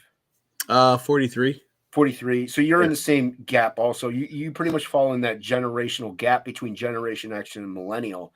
Like Yeah. we were because we were born in that little sweet spot where we grew up and appreciated traditional stuff, playing outside, getting dirty, all that stuff. Mhm. And then we also developed along with the technology. So we integrated both of them into our lives. We were kind of like that first. Well, sort of like we grew up with technology at the same time. Like we were there for when it started. So I mean, internet really didn't pop off until I was like junior in high school. Yeah, because where it wasn't everybody's home and AOL and all that stuff. It was like 98. We didn't use computers in high school or anything other than for just typing, Yeah, it was mainly typing class and math. And then or playing Oregon Trail. That was about it. That also had you solve math problems sometimes and stuff like that. Like it was either typing or reports. Like what was that game? Like Math Busters or something? Yeah. We would do. There was like some math game that we would play on there when we were kids. But if we wanted to type up a report, we would type it up on a computer. But you had to do your it was odd because I remember doing a big I think it was senior year doing a big report. And you had to do it on somebody. So I ended up doing it on Stan Lee, and you had to like go to the library and get books. Like you had to do the research, but then you were typing the paper up on a computer. Dude, we still know how to probably know how to use the Dewey Decimal System. Mm-hmm. Like, yeah, dude, I didn't learn to type on a computer. I learned to type on a word processor. Yep. Yeah. Our typing class with word processors. So. Yeah, no, we had computer classes. I remember taking computer typing, but that was like maybe sophomore year because I graduated in 2000. Well, you're not, like I said, you're not far behind. I was 97. Yeah, so it was like 2000 when everybody had a computer and everybody had internet. But before then, it was like maybe you had a friend, maybe one of your friends had an internet. You know what I mean? Out of like your whole group, maybe one kid had a computer and internet. It wasn't like everybody had. Yeah, I remember a kid asking me for my email address. I'm like, what is that? What's his email address? What's your AIM? Give me your AIM. Well, also, like, you were dirt poor, so you didn't know what that was. Like, I knew what it was because, we were middle class, like, so I had a computer and all that stuff. So. Yeah, I didn't have a computer. Yeah, I remember. Yeah, I learned how to type on a word processor. It looked like a electronic typewriter, basically. Yeah. And we still had to use like a whiteout and stuff. You use whiteout to fix it? Dude, we had a regular typewriter, like a typewriter at home. And we used it for the longest time. Yeah, I did too. Even in the mid 80s, mid-late 80s, we still used it. A typewriter from like the 60s, like clank, clank, clank, clank. Yeah, and you had to refeed it. You had to use the whiteout, the ribbon. Yeah. But we grew up with all this stuff. Answering machines, we evolved with it. Well, my first music player was an 8-track player. And so I had an 8-track player, I had a record player, and then pretty much everything I had. So I didn't have reel-to-reel. That was way before me. But we had so it's an 8-track when I was real little. And then records, and then it went to cassette tape, and then CDs, and then to nothing. So yeah. Then nothing. Nothing. Yeah. It's crazy that there's physical media is just done. Yeah. I used to love being in Blockbuster Video. Dude, physical media is coming. Physical media is coming back. Physical media is more or less a niche. It's a collectability. That's the thing with same generation that's coming in that's in college now, and I think then the kids that are in high school now is they like what they like and they want to own their shit. And they're gonna keep those games. They're gonna keep those CDs. They're gonna keep that shit. They're gonna keep the stuff that they like. I was gonna say the price of video games, like the games that I used to own, like some of those games are worth like thousands of dollars now. Yep. I'm like, why did I fucking keep those, dude? I had no idea. that would ever be a thing. Like your old video game cartridges would be worth a ton of money. Well, Yeah. I don't know how it is with your daughter. I can only my youngest nephew's 16, so I can only relate based off of that. But I find a lot of traits that he does and the way he acts. It's a mix between Generation Alpha, which is what he is, and Generation X almost. It's the weirdest thing because like he goes out, he wanders the streets, and you know what I mean by like he'll go see his friend, but he'll walk down the street, he'll go do things, he'll go outside, he'll go to the park, he'll go do things like we used to do. But he also has that, you know, well, he's also a kid, so he has that mentality of I know everything. But like it's kind of a weird mix. Like there's a little touch. I'm like, man, I used to do stuff like this too, that I noticed none of his generation before him did. So it's well, I think weirdest thing. we're like to them what the '80s was to us. Like the '80s, we were kind of like '80s were like nostalgic to us, and then and now it's like now our generation where we grew up is like that for someone else. That's pretty crazy. Yeah. Hey, We're fucking old. Just middle aged. We're not old yet.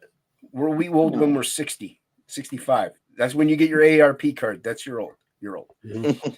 Not old yet, motherfucker. No, I mean it's I don't mind it, but the other like I can't think, and I still don't know. I don't ask anybody, but all right. So, you know, 50s you had, and let's just go music. 50s you had music. 60s then you had an explosion of different kinds of music, like things just like went off the charts. And in the 70s, I guess whatever. Then 80s was garbage. Then 90s you had that explosion again of music and just like culture and art and everything that happened. And in 2000s, I guess maybe two. Then and it just now I don't even know. Whatever. I like the '80s music. 80s music was trash, dude. It was garbage. There's a couple bands that you can maybe pick out, but for the most part of it, it was pop garbage. It was garbage. It wasn't good. Well, right now everything is pop garbage. Like and that's what I'm saying. Like pop is like a disease. Like pop music gets into every other kind of music and destroys it. Like that's what I'm saying. Like 80s is when especially maybe mid to late 80s is when hip hop really started to blow up. Yeah, and that's when it became like the thing. So you know, here you had almost like a new genre come out. Which, if you believe the conspiracy theories, hip hop, rap, whatever you want to call it, was created actually by the CIA. And introduced into the gang culture. That one, dude. Yeah, it's crazy. It's a crazy conspiracy theory that's really far out there. It's worth looking into. But if you believe that, really, yeah. Like I guess the CIA created maybe gangster. But there's, I mean, hip hop came from stuff from the 70s. Dude, when NWA came out, it was like the biggest thing to ever like. White kids were like, whoa. And what's funny was the same time as like Aerosmith was making his comeback and everything. It was such a weird era. And like NWA did what for rap and hip hop, they did for that what Nirvana and Soundgarden and all them did for, you know, hairband music. Like it changed the landscape completely. Like it just did. Like, and there's like, you know, a bunch of other underground bands that were assisting those, but it was something weird that happened between the late 80s and early 90s that there was just this polarizing shift of, and it was Generation X really, but that just, everything just popped off. But once again, that goes back to the 60s and 70s. All that music that just came out, like Jimi Hendrix, and you had the Doors. You had all these just crazy bands, and you can contribute psychedelics to a lot of it, I'm sure. But either way, there's an explosion of art and just creativity. Dude, the 90s was like alternative music came out, and then that was like I think metal changed a lot in the 90s too, though. Because there was hair metal, and then all of a sudden you get bands like, and Slayer was around, but still Metallica tail end of the 90s got big, Slayer, and then Pantera comes along, like who I don't know if Pantera was the first one, but you know their second album went platinum. Well, technically their third, but it went debuted at #1. Like that's crazy for something like that to happen. Like, that kind for of that music, kind of music to actually, like, you got that and then Billy Ray Cyrus. Like, it just doesn't make sense. Like, it doesn't happen. So it shows you there was a cultural mindset of a shift that was going on at the time. Same thing with the 60s and 70s. There was that weird shift. Like, what's going on now? I don't know. I think maybe now you have this. Now it's Discovery. Now right it's now Discovery. it's like a country rap pop infusion thing, and it's kind of weird how rock is kind of back in underground again. Okay, I should rephrase. What's going on now? That's good. But, you know what I mean? I don't think I feel like there's people much. just rediscovering. I think now is the either they're discovering old stuff because of the internet. Same thing with like games, like retro games and stuff. You know, you have people, you're listening to old stuff, watching old stuff, discovering old movies, discovering the good stuff, and then that stuff is translating into a lot of indie things. You know, I mean, there's tons of. I mean, you have YouTube or artists on Spotify with millions of followers that you will never see on a commercial or hear on the radio or whatever, and they're just out there doing their own thing, like in this total another like ether, Right. you know. Well, they have to make money now. You can't make money off Mhm. album But sales this- and stuff anymore. You got to figure a new yeah, way so it's out. like there's stuff that's out there that's new that we don't even know about. True. That's killing it, you know, not just the stuff that we hear on the radio or stuff that's mainstream. These people will sit there and make a whole, you know, these artists will make a whole living and be doing well off for themselves and not even be, and nobody will even know who the hell they are except their fans, and they'll have millions of fans and they'll be touring the freaking, Well, that's the whole indie yeah, thing, you know. right? Because you could have 1,000 people that know who you are, and that you would make a living off that your whole life, off 1,000 people, and no one else in the world can know who the Yeah. hell you are. Well, That's yeah, crazy. and that's the same. That's the same for what indie comics. Like, yeah, we're middle-aged people, but we're kind of doing it now in a way. Like, we're just not, the age isn't there for us, but we have the mentality, the skill set, and the whole nine of a younger person. Because I want to see younger artists come into it, and I think the indie sphere is a big place to do it. Because I don't want to see a 19-year-old jump into X-Men right off the bat. I would like to see them develop their skill set, because that's what happened with like Liefeld definitely needed. Yeah, they would all start out. Liefeld should not have been on, you know, any major title. Dude, his early work, Horrible. Oof, Terrible. Wow. So like he should have developed ahead of time. And there's plenty of artists that should have also, like, I like McFarlane, don't get me wrong, but his Hulk stuff's hit and miss. You know, there's some stuff there. Like, he could have developed maybe a little bit more and then put him in there. But I would like to see that with the indie scene, as far as artists go, have them develop a little bit, and then have maybe Marvel and DC, whoever, pluck them out and be like, this kid is sick. He's 24. He's been at it for 3 years in the indie scene. He's fully developed. Yeah. Let's get some young blood. Well, McFarlane started pretty late, didn't he? McFarlane was one of the older ones. He was one of the older ones, I think. Yeah, but still probably could have. Yeah, he was late 30s. I think they were all early 20s. Most of them were early 20s or even 18, 19. Like, they were super young. I think McFarlane was. I know that Silvestri is probably the oldest. No, Valentino, of course, but yeah. As far as the good ones, Silvestri was.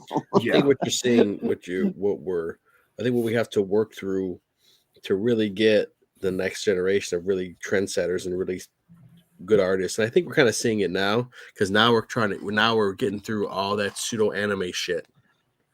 All these guys who are watching anime and they're drawing like anime, and they all draw the fucking same. And so now you see so there was a good portion of that, you know, right? With Joe Mad and Matsada and them guys, like, where they took the good stuff, they Americanized it, they made it their own. But then you get guys, now it's kind of like I'm talking about like all the webtoon shit, you know. Yeah, like that's what I mean. Like, it got poisoned. Like, everybody's trying to be manga, like they don't understand that even manga artists are different than each other. But it's like, I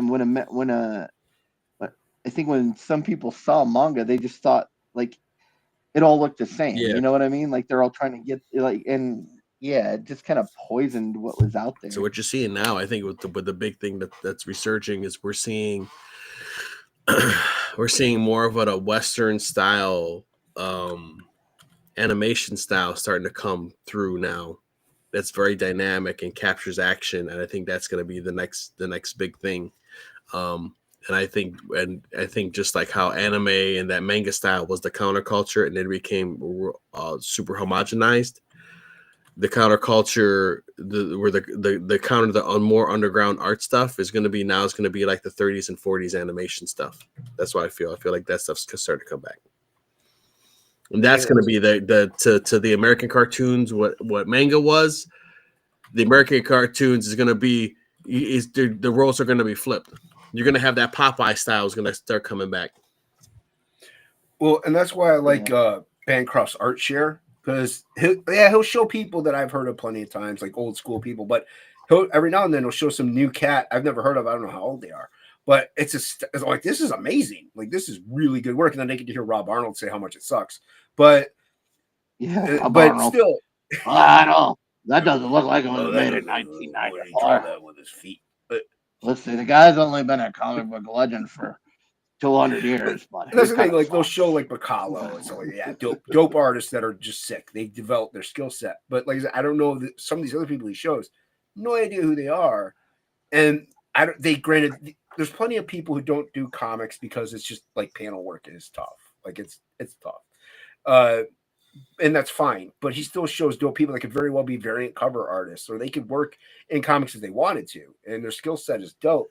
I've never heard of them. So it just shows you that because of what we have here, the internet, we can see now all this crazy talent that no one knows about that's out there that'll never get discovered half the time, or get big anyway, but they'll be big on social media. Like J-Bot says, those people could be like really, to 1,000 other people, those people could be like big, you know what I mean?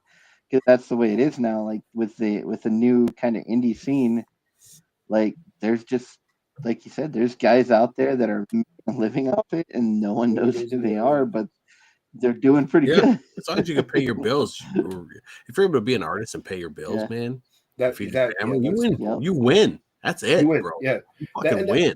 I've said it a million times. Hey, if we make billions, great, fantastic. I'm happy for everybody.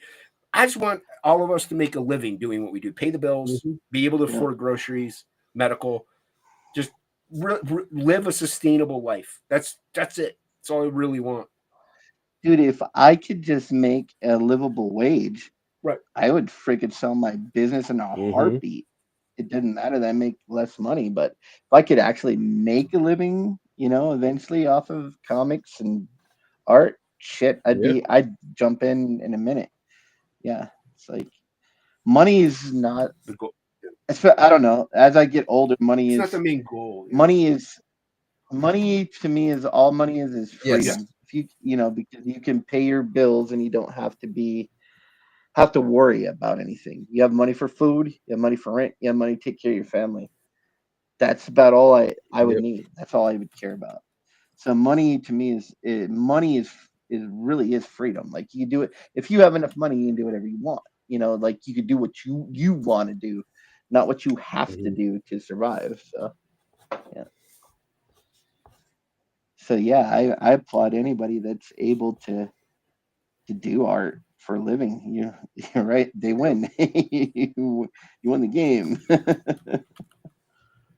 Well, it also doesn't help. There are people that were fortunate enough for it to they got lucky. Like their path went in that way. Like they take it for granted. They do. But there's plenty of people, like, I couldn't just. I need medical insurance. Like, that's a good example. Like, I need medical insurance. It's hard to get into the business and develop your skill set and not have a job for 6 months. If you need medications, you got to get a regular gig. You got to get a regular job. Like, you just have to. Hey, Cranberry, you have a good night, man. Thanks for stopping by. Always nice to see you, buddy. Yeah, later, Cranberry. So, like, there are people who are like, they have that fortunate line of life that led them that way, and then there's people that really need to just, like, sometimes it just doesn't work. Like, there's somebody who could draw, like Jim Lee, that's probably working on a farm right now, helping taking care of the family because he has no other choice. Yeah. Like, some people just don't have that fortunate opportunity, but we can still try. Like, it might be later in life. like I always use J.K. Rowling as an example of the Harry Potter books. Like she didn't write her first, like put her first one out. She was late 40s, I think. So Yeah, sometimes you're sometimes starting Jim later is Lee was better. old before he. Jim Lee was not Jim Lee. Jack Kirby was yeah, older before he really hit yeah. his stride too. So a lot of those comic book guys like Buscema and all, a lot of them guys didn't really get famous or known or make a living until they were in their 40s. Mhm. So Yeah, it's never too late to maybe have it happen. You know. Huey Lewis in the news. He was in his 40s when he made it. Was he really? So not only was he older, but the band was about ready to break up because they had been trying for so long and they weren't making it. And one of their very last shows ever, uh, a talent agent saw them in a bar and signed them, and they were about ready to quit. They were done. They're going I to didn't know retire. that. They were like, So, gonna go back in yeah. time. And then they went, Where's Rex? yeah, that's a crazy I didn't thing. know that. That's That's what pretty happened. cool. There are examples out there, plenty of examples of people who just they didn't catch their break until midlife. I'm big. I'm just tightening up the layout so I can print it. Dude, we show off some art.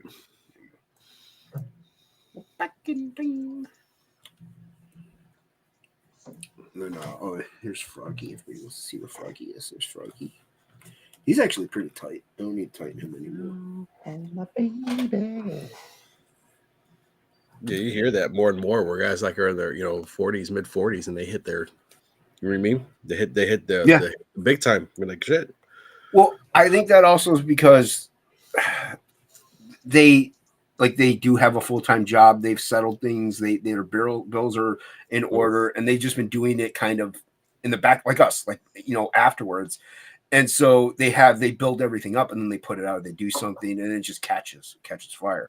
So actually, no. Huey Lewis was 30 years old, Still- but yeah, they were about ready to quit because they needed to go get jobs. So, Still, that's not like, oh, we were 18 and we just Yeah. got our band deal. no, 30 years Yeah. old. Yeah. I collapse this. It's kind of in my way. I don't know how to collapse this side. Maybe if I do that. Can I make this bigger so I can see what everyone's doing? I don't know. Oh well. But yeah, it's never give up, never surrender. Hey, there's another one. Yeah, he didn't start till he was in his 40s, and he was in prison. So What? Tim Allen? Tim What? Allen, yeah, I know he was in prison, but I didn't know he was in his 40s. yeah, he was older. Let's see how old. Well, but he was a stand-up Yeah, comedian, though, wasn't he? For a long time. I don't know. I know that he was I know definitely he was in prison. I know you're right about that. a lot older when he finally got started. I would say probably like one thing you can't get started too late would be athletics. Like, Yeah. That would be something that's a way tougher. Yeah. Like art, acting, music, like all that stuff. Yeah, you could definitely break into the scene when you're older. Yeah, especially the arts, like I say. Yeah, I think it's a lazy man's job. Stuff like that, It's lazy, sit on your butt all day.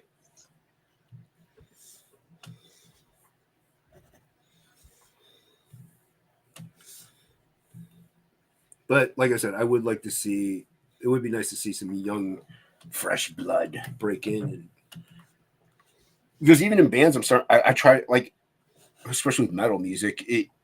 It's nice to see younger. You want to listen to younger metal stuff because it's usually more raw. There was a reason why. Like, I remember being 20 and having all that anger and angst. So it's just pure. You know what I mean? Like, it's kind of hard to listen to somebody who's 52 years old screaming angrily when they have millions upon millions of dollars. And yeah, money doesn't fix everything, but it does help. Yeah, plus you're listening to young music sometimes if it's the right stuff, like makes you feel young. Yeah, it puts you in that mindset. You know? Yeah.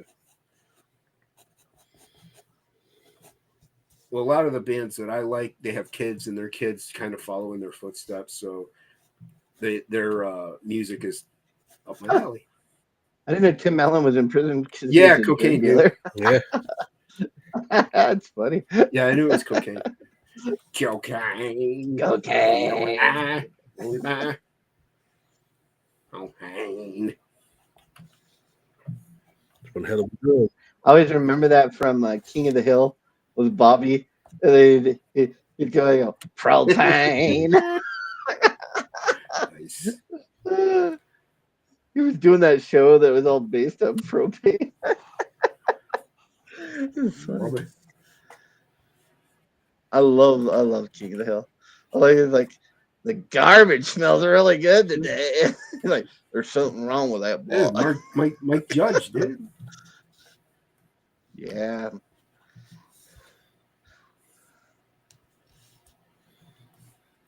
Boy, the whacking off found my tool shed. You know what? I'm gonna change this up a bit. I want to put his voice ups. Give him some guns. And then put his elbow in. Put his elbow in.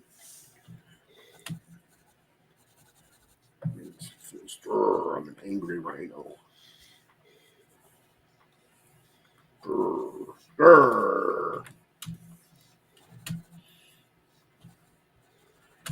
Yeah, it's gotta start somewhere.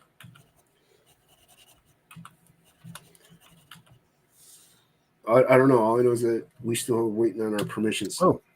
That's all I know. Dropped ink again. Whoop. Man, why does he always come back? Ridiculous. The internet keeps dropping. Like I didn't even know I was fungus. gone. I was talking the whole time. Yeah, I didn't even know you were gone either, man. Well, couldn't have been anything good because you were saying it.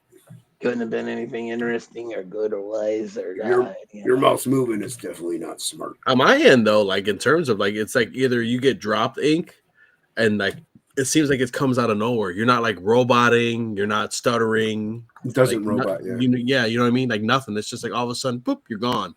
So I feel like maybe this restream might be more No than the other ones. Maybe. Yeah, it might be more. It might just Yeah, get there along you go. with my. He's actually doing cool stuff. Yeah, I'm thinking I'm done. I'm kind of tired. But I did an eyeball. I did some gloves, nice shiny gloves. Is that the one that I recently did? Why is it backwards? Are we backwards on this thing? No, that's the way you drew it, or that's the way I got it. It got sent to me. Wait, is that the one with the knee pad? No, that's reversed. Oh, it is reversed on there. It's not reversed on my screen though. That's strange. That's weird. I think you could say if you want it reversed or not, I guess. Oh, no, that's crazy. Yeah, the picture's reversed from what it is on my screen. I mean, I'm not reversed. That's the weirdest thing. I don't know why yours is. My art is too. Huh. Is it no, reversed? I'm not. Oh, yeah. What? Hold on. I still have the YouTube open. Let me go. It's actually flipped. Let's see. It's flipped in YouTube also. Yeah. But I'm not. Why am I not reversed? You're not, but your thing is fine, right? Is your other screen? You're fine, right, Jason? Yeah, I'm fine. Yeah. Oh no, that's so weird. Maybe we pushed a different button. Extra camera, video settings, mirror. There's a thing at the very bottom that you can mirror it. I wonder why it does that. I didn't check any boxes. Well, you're fine. Yeah. Right. Yeah. I'm just using OBS virtual camera. No, in Restream, there's a mirror. Then Restream. What's it under? So you go, I have the circles of us on the right hand side.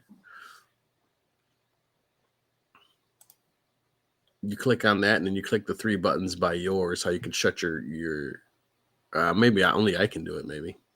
Or it might be under camera settings. Yeah, settings, video, and then at the very bottom, if you go to settings and then video, this is mirror camera. There's a thing you can flip it. I think by default it does mirror for some reason. That's weird. I don't know. Yeah, I don't know. Yeah, you why just it go works. to the gear at the bottom. I think it's because I was making it complicated earlier. I think it's because Oh, can I when change you, it? Oh no, I can't change it. I think it's because if it's mirrored, like if I point this way, I'm actually pointing the opposite direction in real life. Mm. That's why, so you can point to where you're pointing. I guess some people get thrown off. Oh, And ink, yeah, that made ink well, leave. yeah, you just go to the gear at the bottom on the settings, and then go to video, and then you click on video, and you can change. I think it. that's why it automatically hasn't mirrored. So because most people probably aren't doing artwork, so like if you're like, hey, what do you think, J-Bot? And I'm pointing that way. Mm. If you're on my left and I point to my left in real life, I'm pointing to my right on right now. But if it's mirrored, I'm pointing to my left in real life. And if you're on my left hand side, people might automatically do that if they're never streamed before. We're used to streaming, so we're used to pointing in the opposite direction of where somebody is. Like, following the link down there, hit like and subscribe, even though these are the opposite ends on, in real life. But yeah, everybody hit like and subscribe. Yeah, it was weird though. I was like, I looked at it, I'm like, why is it backwards? Like, that's supposed to be backwards? Is that the way I drew it? I mean, it doesn't really matter. It's just a drawing. It's not like it's in the comic. So Yeah. So is yours backwards too, Jason, or no? No, I'm good. Okay. Yeah, I've been fine this whole time. Okay, cool. I know why this thing looks so dang blurry. Do I need better light? Yeah, it is blurry on my end. Yeah. There's autofocus. Maybe that's the problem. Yeah, it's more than likely the problem. It's autofocusing.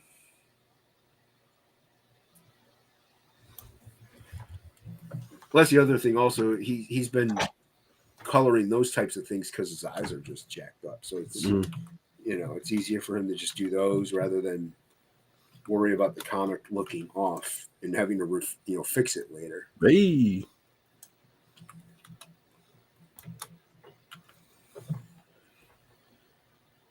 Yeah, it's just easier that. And like I said, told him, like, take it.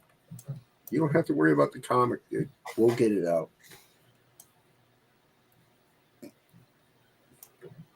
The way I see it, as long as I'm done with my inks and he's even 75 to 80% done colors, we could even launch the campaign then. It won't take him 2 months to color the rest of the book and letter it. So writing and lettering it won't take long at all. It's the art part is what takes the longest. The real work, one might say. Yeah, I haven't even did any dialogue, or there's not going to be. I mean, I haven't even done any lettering for the BEARZERKER stuff. Not till the other character shows up and then he actually talks. I don't know if you're like me, where like with most of the things I do, I'll lay it out actually. Whether it be the whole book or at least 80% of it, but I'll lay it out and I'll write it in my head as I go, and then I don't write anything. But once I go to like actually write it, I kind of have that already in my head because the images are there. So I know what I wanted to do. Yeah, they might say something different than what I initially thought when I was drawing it, but it'll be relatively close enough to the original thing. So you don't need to really write it since it's your thing, like it's in your head. So I don't know if you do that way. Yeah. Yeah. I kind of have just what I want him to say, and then I'll just kind of what sounds better. Right. I think it's just easier that way. You don't have to worry about sticking to any kind of a script, really, like, because your script is in your head practically. So your storytelling is your artwork. And what they're saying, it's important, but you write the important thing, and any kind of like adjectives or anything are irrelevant as to which specific one you use, as long as you use the ones that you had in mind.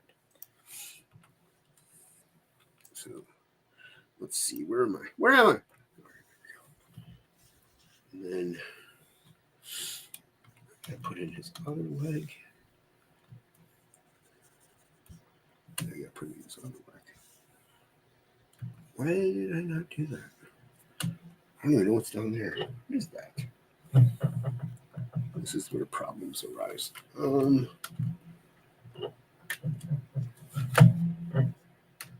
going on there? Weird. I don't know what I did. All right, make it up. Sometimes when you don't know what you did, you gotta make it up.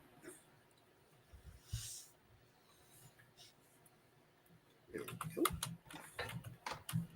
And then there. Nope, wrong button.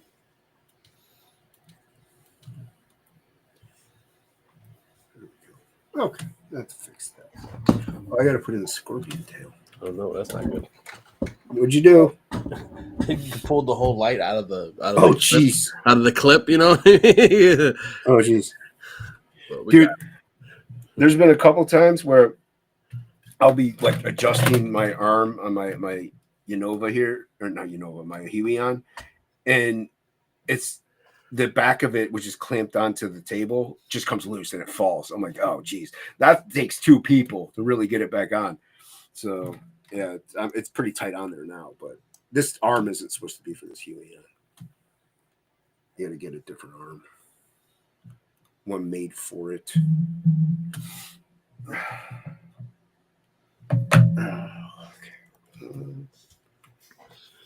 Yeah, I can't say this lighting that I got because it looks like really dark in here, and it is not dark in here. I don't know if it's just the cameras aren't picking it up. Maybe, I don't know. Actually, I ordered another camera and another light today to do my setup on my gaming streams. So I'm gonna start doing some gaming streams. Kind of disappointed. I did one or two on the actual store channel because for the game store, our channel has like 520 subscribers. Oh, nice. Which is cool. When I stream the games, I get like no interaction. Well, how often do you stream on it? Well, I started streaming them maybe did 3 or 4 already. Yeah, but since it's been established, you've only done 3 or 4. Yeah. Yeah, it'll just take time for things to kick in, dude. Yeah. Dude, I remember doing, and mind you, I don't, this is just an analogy, but we were doing topic lists. When it first started, we would have 1-2 people watching, maybe. Mm-hmm. Now we get 30. So it takes a while. Mm-hmm. What's he saying? He's saying internet's jacked up. Can't get back on. Yeah, okay. No one cares. No one cares. Yeah, it sucks. He's got to let his nephew know, hey, dude, you got to either pay for your own or, give me some money.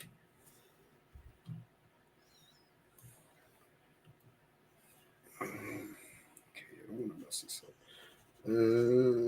What's going on here? Okay, this is his leg.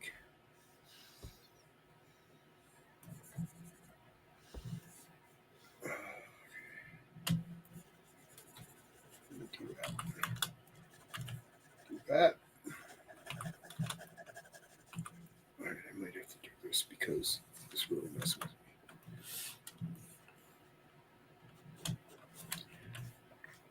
me. Yep, that's not going to help me either.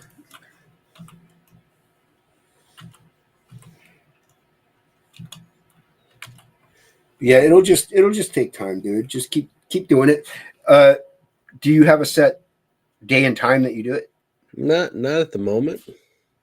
If you can get one, that's probably the best advice I can give, even if it's 1 day a week. Have one that's set. That way, eventually people know, oh, every Sunday at 10 a.m., J-Bot goes live playing video games on his gaming channel. Yeah, I might do Mondays. Yeah, that way people will eventually do you have flyers out in the well, that's the thing. You can put a thing out in your shop being like, hey, YouTube QR code. Go live every Monday, play video games. Follow us on YouTube. Yeah, and then you can scan. That's a good idea. I have them from time to time. Yeah, we have a Discord too. I gotta. Oh, there you go. start posting the links in there too. We have a Discord for the store. Yeah, there you go. Yeah, regularity. People like structure. They like to know when things are going to happen. Mm-hmm. I think I have this whole thing late. Oh, no, I don't, because Frog's not in there. Yeah, or I might just stream on both. I might stream on this channel and that channel. Yeah, you can restream it or snipe it or whatever. Does restream allow you to what's it called? I can't remember what StreamYard calls it. Yeah, I can do well, it doesn't have like a stream share, but I can stream at 2 places. Oh, there you go. Okay.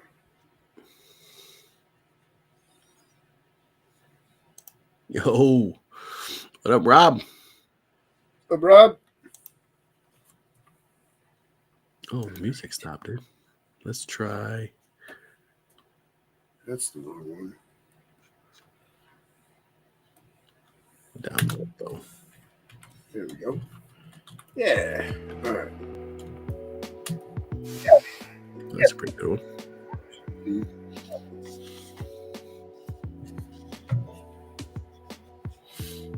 It's good now. This was fun.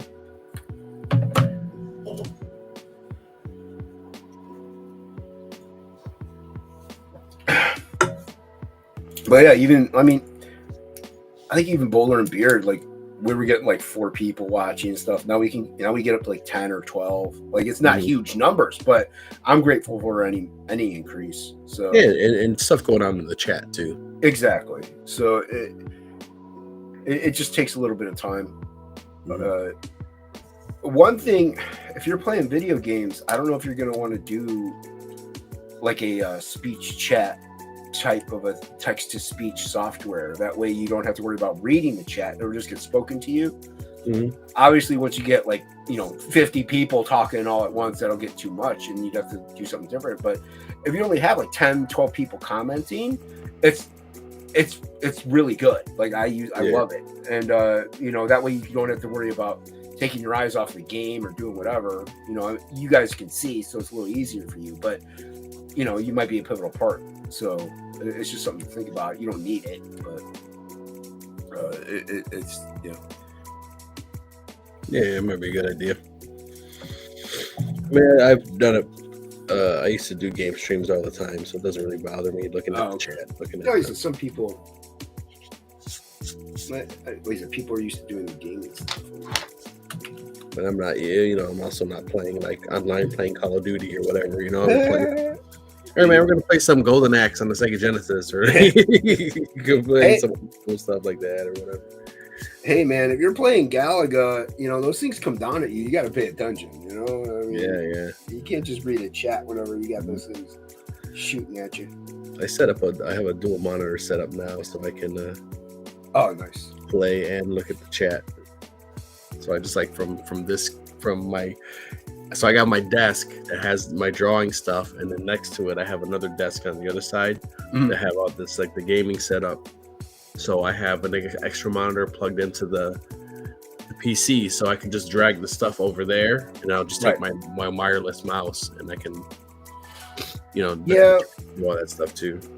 Yeah, I got the dual monitor thing, and my art table is just if I was more in an L shape, and then with vision, if I was more in an L shape, it'd definitely be easier, even with just the 2 monitors to monitor like highlight chat. But things are right next to one another, so it's a little too far away to really, even if I were to could see okay. But yeah, the dual monitors helps a lot, for streaming. If you're an artist or playing video games, you kind of need it.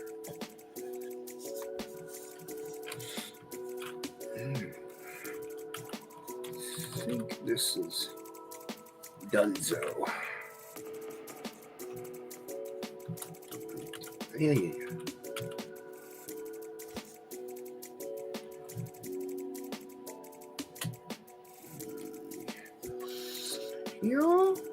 Rob saying, it's been a while. How have we been doing? I've been doing good, man. Just working and drawing, man. Working and drawing.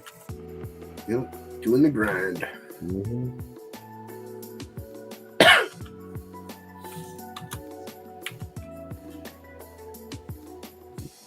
That's all we ever really do because that's what we like to do. Mm-hmm.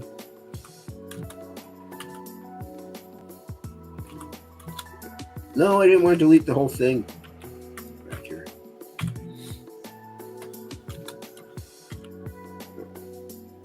That's good enough. So when I ink it, I can just fix it then. There we go.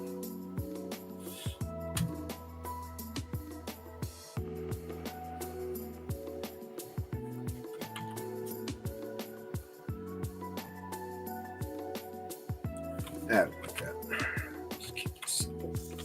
Keep it simple. Keep it simple, stupid. I remember sending the link to Donald, man. I haven't seen him in a minute. I see him post stuff online, but it's Yeah, but you know, he used to get him to come hang out some. Angela and I will have Chad on next Sunday, not this one. Next no. the 16th. So we'll have him on for Black Phantom on Sunday. Talk to him. Just talk, promote. You've been on the show, you know how it goes. Yeah, it was fun. Yeah, we'll have Chad on. That'll be the first time I've seen Chad in a couple weeks, so it'd be nice. I know he's a busy man. Busy promoting Black Phantom and posting on Facebook, posting on X a lot.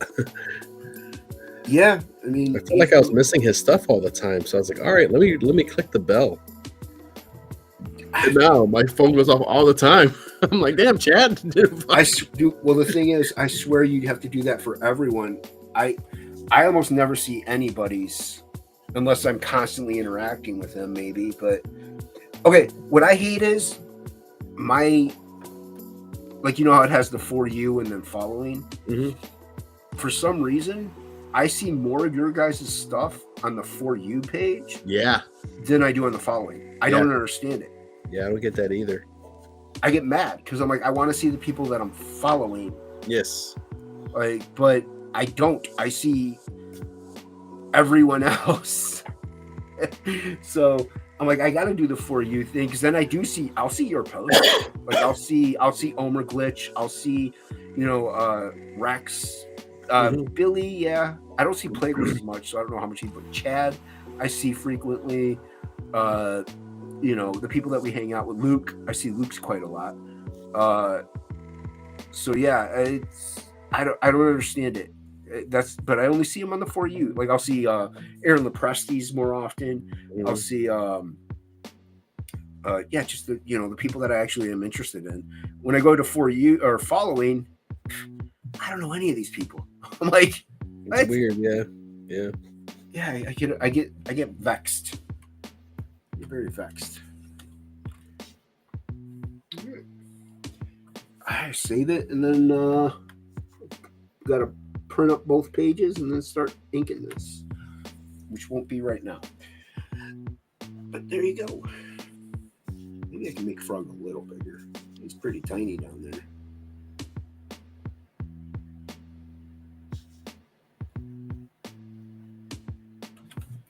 Too bad ink isn't here. I'd ask him.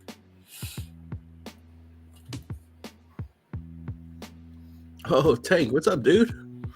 Tank, right? Yeah, I see Tank stuff. Right. He's gonna go get a water, and we're gonna get off before he comes back. Probably. Let me just see what he looks like if he's a little bit bigger. I figure we'll go for a little bit, maybe till the top of the hour or so. Yeah, that's what I assume. Yeah.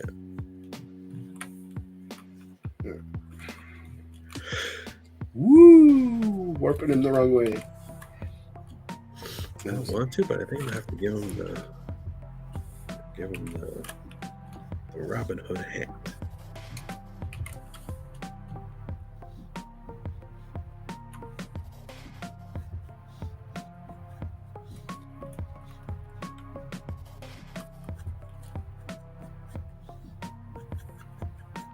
Oh, there we go. I think that's a sweet spot right there. Yeah, I think that's a sweet spot right there.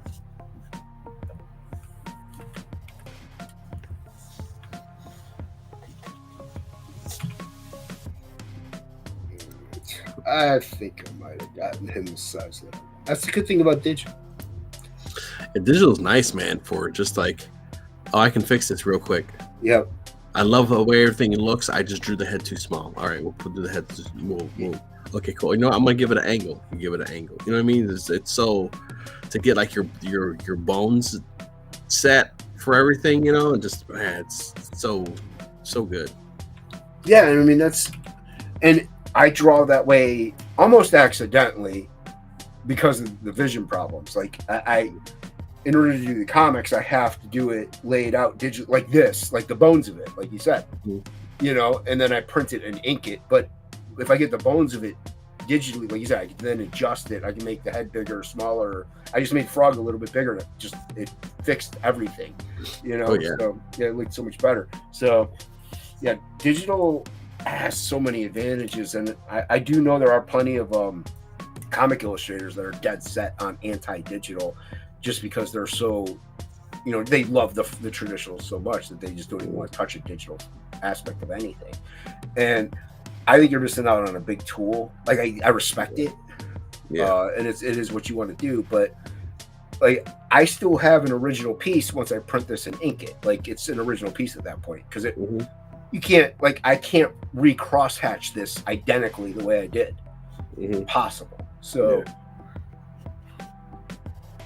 or even if I were to just do like basic spot blacks, it would still be off a little bit enough that you would know, hey, he reprinted this and re-inked it. Like, so yeah.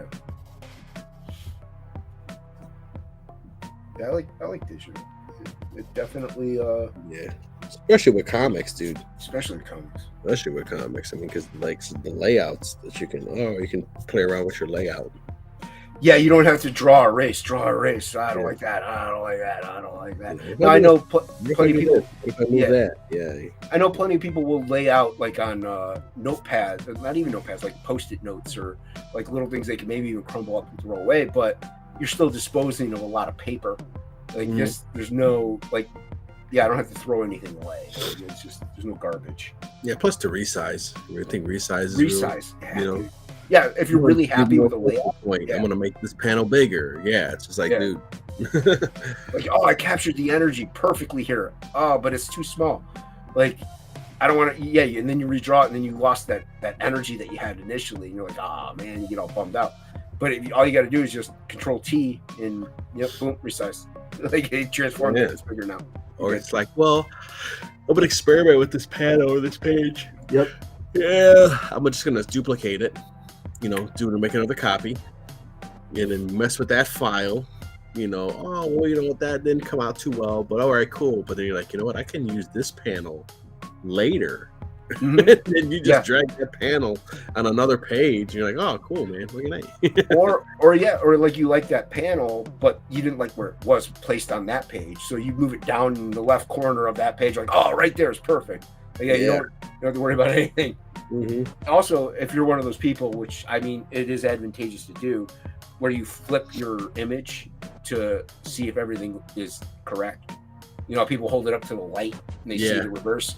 Dude, it's just insanely easy to do that digitally. You just flip it. Oh, everything's dope. And then you could just reflip it back. You're good. You don't have to like hold it up to the light, squint maybe, try to see if everything's good, and then flip it over. And also if you flip it and it looks wrong, you just correct it on that flip and then flip it back. Let's see, Rob says, I dealt with a few traditional detractors back in the day. Now with AI art, drawing digitally doesn't seem so bad. Yeah, drawing digitally is, you can't compare it. You know, because you still have to draw it. One thing I was looking at that was pretty cool. It's just expensive. It's called a tour box, and it's a box that has it's a box and it has like a knob and a bunch of different buttons on it, and depending on you can just plug it into your PC and those buttons are mapped on Clip Studio, and they just came out with one that works with the iPad and Procreate, and it has your stuff mapped to the buttons. So you want to rotate, you turn the dial. You want to zoom, you have you have a little click thing. You want to change the thing, you tap it up or down. It has and each button is shaped differently, so you don't have to look at it. Like once you start using it, so you're using the dropper tool, you're using, you know what I mean, you're zooming in, you're zooming out, you're rotating your canvas, you're doing all this, you're doing the selection tool. It's all at a push of a button that you hold or whatever on the tour box, so you don't have to touch the screen and you could keep going and just, you know what I mean, so you're using both hands. So yeah, it kind of reminds me of almost like, you know, Mission Command, where it has that wheel that you turn to like scope, and then you hit the button to fire. So like you're kind of like drawing with the one and then turning the scope and like so that's pretty cool. Yeah, you know, your selection tool, or you want to make your brush bigger, or like there's all types of stuff. Jazza did a review on it. They sent him one and he was using it, and he was talking about it, and it seems really, really cool. And I think it feels like it'll streamline your works. Like it's kind of like constantly rotating. I'm constantly fucking zooming when I'm it's kind of like a hotkeys, like shortcut keys, but only it's more constructed to your hand movements, and rather than memorizing a keyboard, you're just I think that would be more natural. Yeah, the wheel, you know, it has a wheel like a mouse wheel on it to zoom in and zoom out. You have the knob that you turn to rotate the canvas. You have, you know, and the buttons are all kind of shaped differently, and they have like different textures on them, so you know you don't have to look at it. Right. You know what I mean? So you know, okay, I'm gotta make my brush bigger. I gotta make my brush smaller. Oh, this is the last brush that I use, so I have like two little buttons that are the last brush is the previous brush. I can't count. There's so many times like I'll be, you know, drawing here or whatever, and I want my brush to get bigger, and I accidentally hit the P, and I'm on the pen tool. I'm like, no, I don't want that. And I gotta hit the B again. And I mean, for the most part, I'm decently good, but there's plenty of those times where I'm like, oh, I want to hit the V to move things, and I accidentally hit X, and now my brushes are flipped. I'm like, it does get unnerving because the keys are fairly close enough together. You make plenty of mistakes. But if you have something that's textured, different shaped, your brain automatically will remember those. Yeah, it does. Artists that have gotten it. It's one of those things that everybody that gets one swears by it, and especially because I use Procreate, so it's a lot of touch and gesture stuff. There really isn't shortcut keys. No, and dude, I love Procreate, but the fact that it interrupts the flow of what I'm doing when I'm like, okay, now I got to make a new layer. Now I got to adjust the opacity on this brush and then change the color, bring it down the size, and like everything is just. Before you can get to the step of actually drawing, there's more steps that go involved, and it throws you off of the flow a little bit. So if you can stay in that constant flow state, like you can, Photoshop's a lot easier to do on a computer. You know, it's a lot easier to do to stay in the flow state with the shortcut keys, even if you're on the side of your Wacom or whatever. Like InkSpots uses them all the time. I can't never get used, but yeah. So if you're on your iPad and you're drawing, you want that easy access of something that can quickly hit those things and keep you in that state of consciousness. Yeah, I'm gonna share this. Let's mute this. I'll share it so I can show you. It's hard for me because once you see it, you're like, oh shit. Like, oh, that's neat because it's almost like a game controller. Almost like it doesn't look like. That's what I'm picturing it like. I can explain it, and you're like, what? Like, but when you see it, you're like, oh hell yeah. Well, I kind of picture it kind of like a sphere almost but has like crevices on it. I don't know why I'm picturing it like that, like an orb. That sounds cool. The way I'm picturing is like an orb that you have your hand, like a dragon orb, and you're just like manipulating it with your fingers. Yeah. I don't know why I'm picturing it that way. Let's see. Where is it at? Oh, yeah. Okay, cool. It already popped it up. Awesome. Oh, okay. Faster. People often ask me how they can draw faster, and the answer is obviously practice. But, besides that, if you're doing digital art, there are actually ways you can speed up your work. On the TourBox, you can set it to quickly adjust just about anything on these programs. But if it's just a knob you want, it's not like you can't get it elsewhere. What makes the TourBox special? Let me explain. Have you ever wondered why the TourBox looks so, well, weird? Why are all the buttons different? Why are they in these specific places? There's actually a really good reason for this. The TourBox is designed for you to use without ever looking at it. You can always hit the exact key you need without even glancing down. I don't know about you guys, but when I use a keyboard, I spend a lot of time just pressing the wrong button sometimes, since the keys all feel the same if I don't look at them. Now, you might be wondering, how much time can you really save? But think about playing a sport or your favorite video game. You don't even need to think before pressing a button on the controller or swinging a racket. You move before your brain even realizes it. And that's what the TourBox does for digital art. It allows you to focus 100% on your drawing, allowing you to select tools and manipulate the canvas without even thinking about it. Okay, so what's the difference between the brand new TourBox Elite Plus compared to the Elite I've been using for over a year? Only over, I think it's like $250. Is iPad support. You're like, damn because I use Clip Studio Paint yeah, on that's both pretty. the PC But and iPad, it I can pays bring for the itself in exact the same long setup run. on the go. Yeah. This is so nice for me. You've probably And seen even she plenty has of it, videos you know, showcasing the opposite TourBox hand, software and on she the has it PC. sideways. But let me show you what it looks like on the iPad. You know. But see, yeah, If she's you've used left-handed the like TourBox me. console on the PC before, So this she's, will probably you know, look she's very using it familiar. differently, and you can You map can out whatever easily you want. customize it and change any of the key combinations to make them do whatever you prefer. Right now, there are official presets available for Procreate and CSP on the iPad. TourBox has mentioned that they're planning to add more presets for other programs on the iPad soon. But of course, you can always create a blank preset and fully customize it yourself. Let me show you how I use the TourBox on the PC. I've fully customized my hotkeys on my TourBox, making sure the tools I use most often are all accessible. In fact, I don't even need to touch the keyboard at all when I draw. It's seamless and smooth, and that way I can immerse myself completely People in have drawing. grabbed it and used it In the for past, if there video was a editing drawing I too. needed to work on, I Yeah. would often just be sitting in front of the computer for days at a time.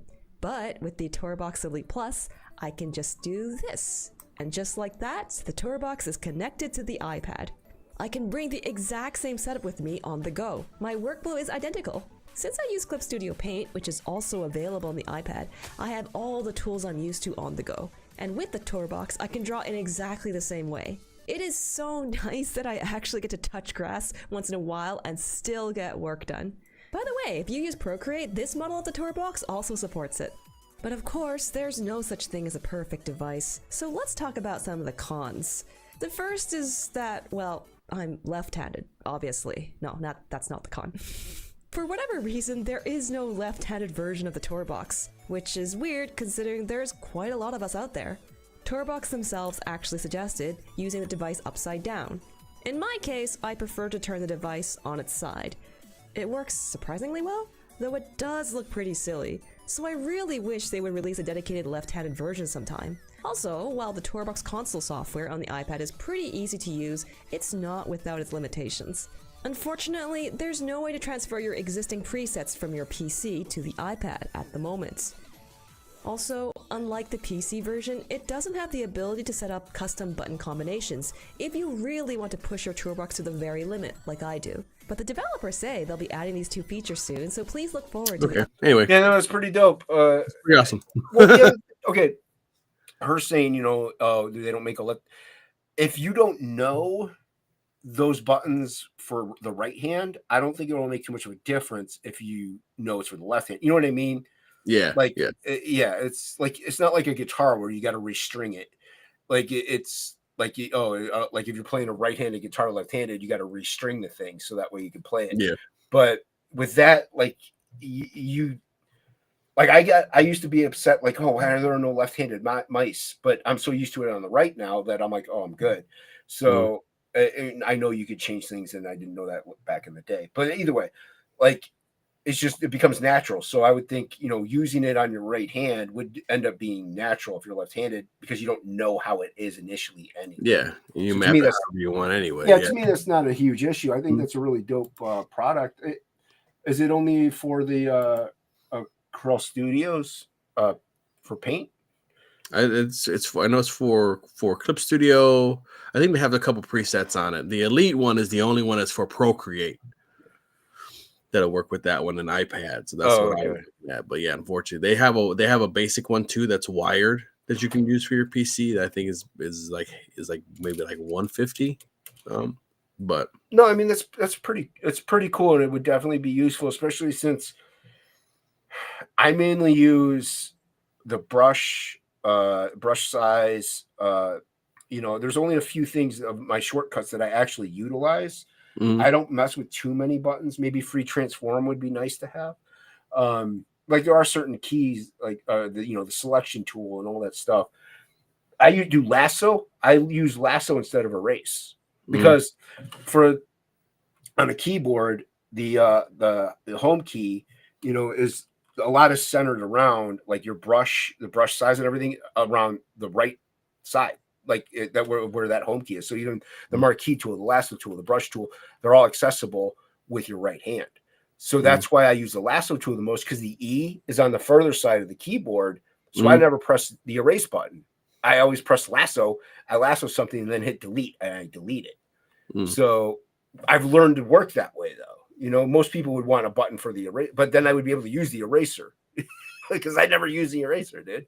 So if I had that thing, I'd be able to actually use the eraser because I would just hit one hotkey and I could just erase rather than taking the extra step of lassoing, deleting, and then de-lassoing because I have to unselect the thing.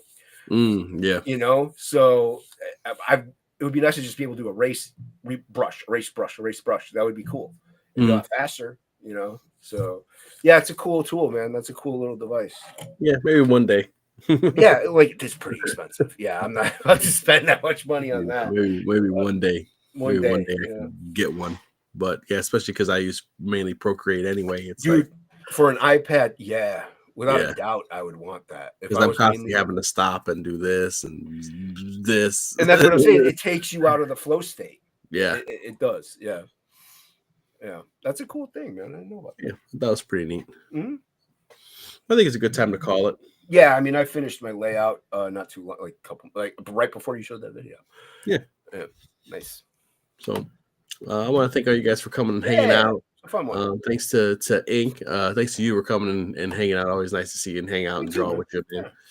Also want to thank the audience. Thanks for Stat for popping by and Cranberry and was in the chat, dude. I like seeing Stato. Rob, always nice to see Rob. Yeah, good to see Rob. He's subscribed now, so every Thursday when I feel like it, we'll be here drawing and stuff like that. Wait, Rob wasn't subscribed before? Oh, Tank Ferret. Oh, Tank was subscribed. Yeah. Hey, people go subscribe to Tank. He's a good artist. He's been doing a lot of live streaming too. I know I hit him up a while ago about doing some drawing and stuff and coming on the stream, but he wasn't ready. But now it seems like he got it set up. So I think something happened. I don't know if it was his computer or setup or what. Yeah, but he's always been drawing. It's just he hasn't been around as much. But now that he's back. Yeah, but it's good to see Tank back. Yeah.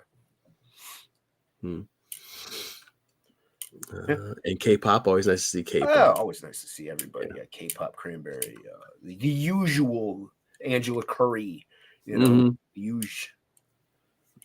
Go sign up for Frog G2. Is that available now? Still available to sign up for free. Get a free foil card if you back the secret. We'll send you a link, and if you back that, you get a free foil trading card. Be colored by. You saw him on stream today. The Amazing Ink Spots, fantastic colors. Hopefully we'll be launching. What is this? We're in January, March. Hopefully May. Okay. So that's what I'm hoping for. Yeah. Cool. And BEARZERKER. Yeah. Whenever that comes out. Yeah, but hey, keep your eyes peeled, everybody. Yeah. So I like to get it out sometime this year. Yeah, you got some dope stuff in the pipeline, my friend. Yep. Like and subscribe, everybody. Like and subscribe. Tell your friends. Tell your family. Anyway. Tell your secret lover. I don't know. Anyway. Tell your OnlyFans daughter.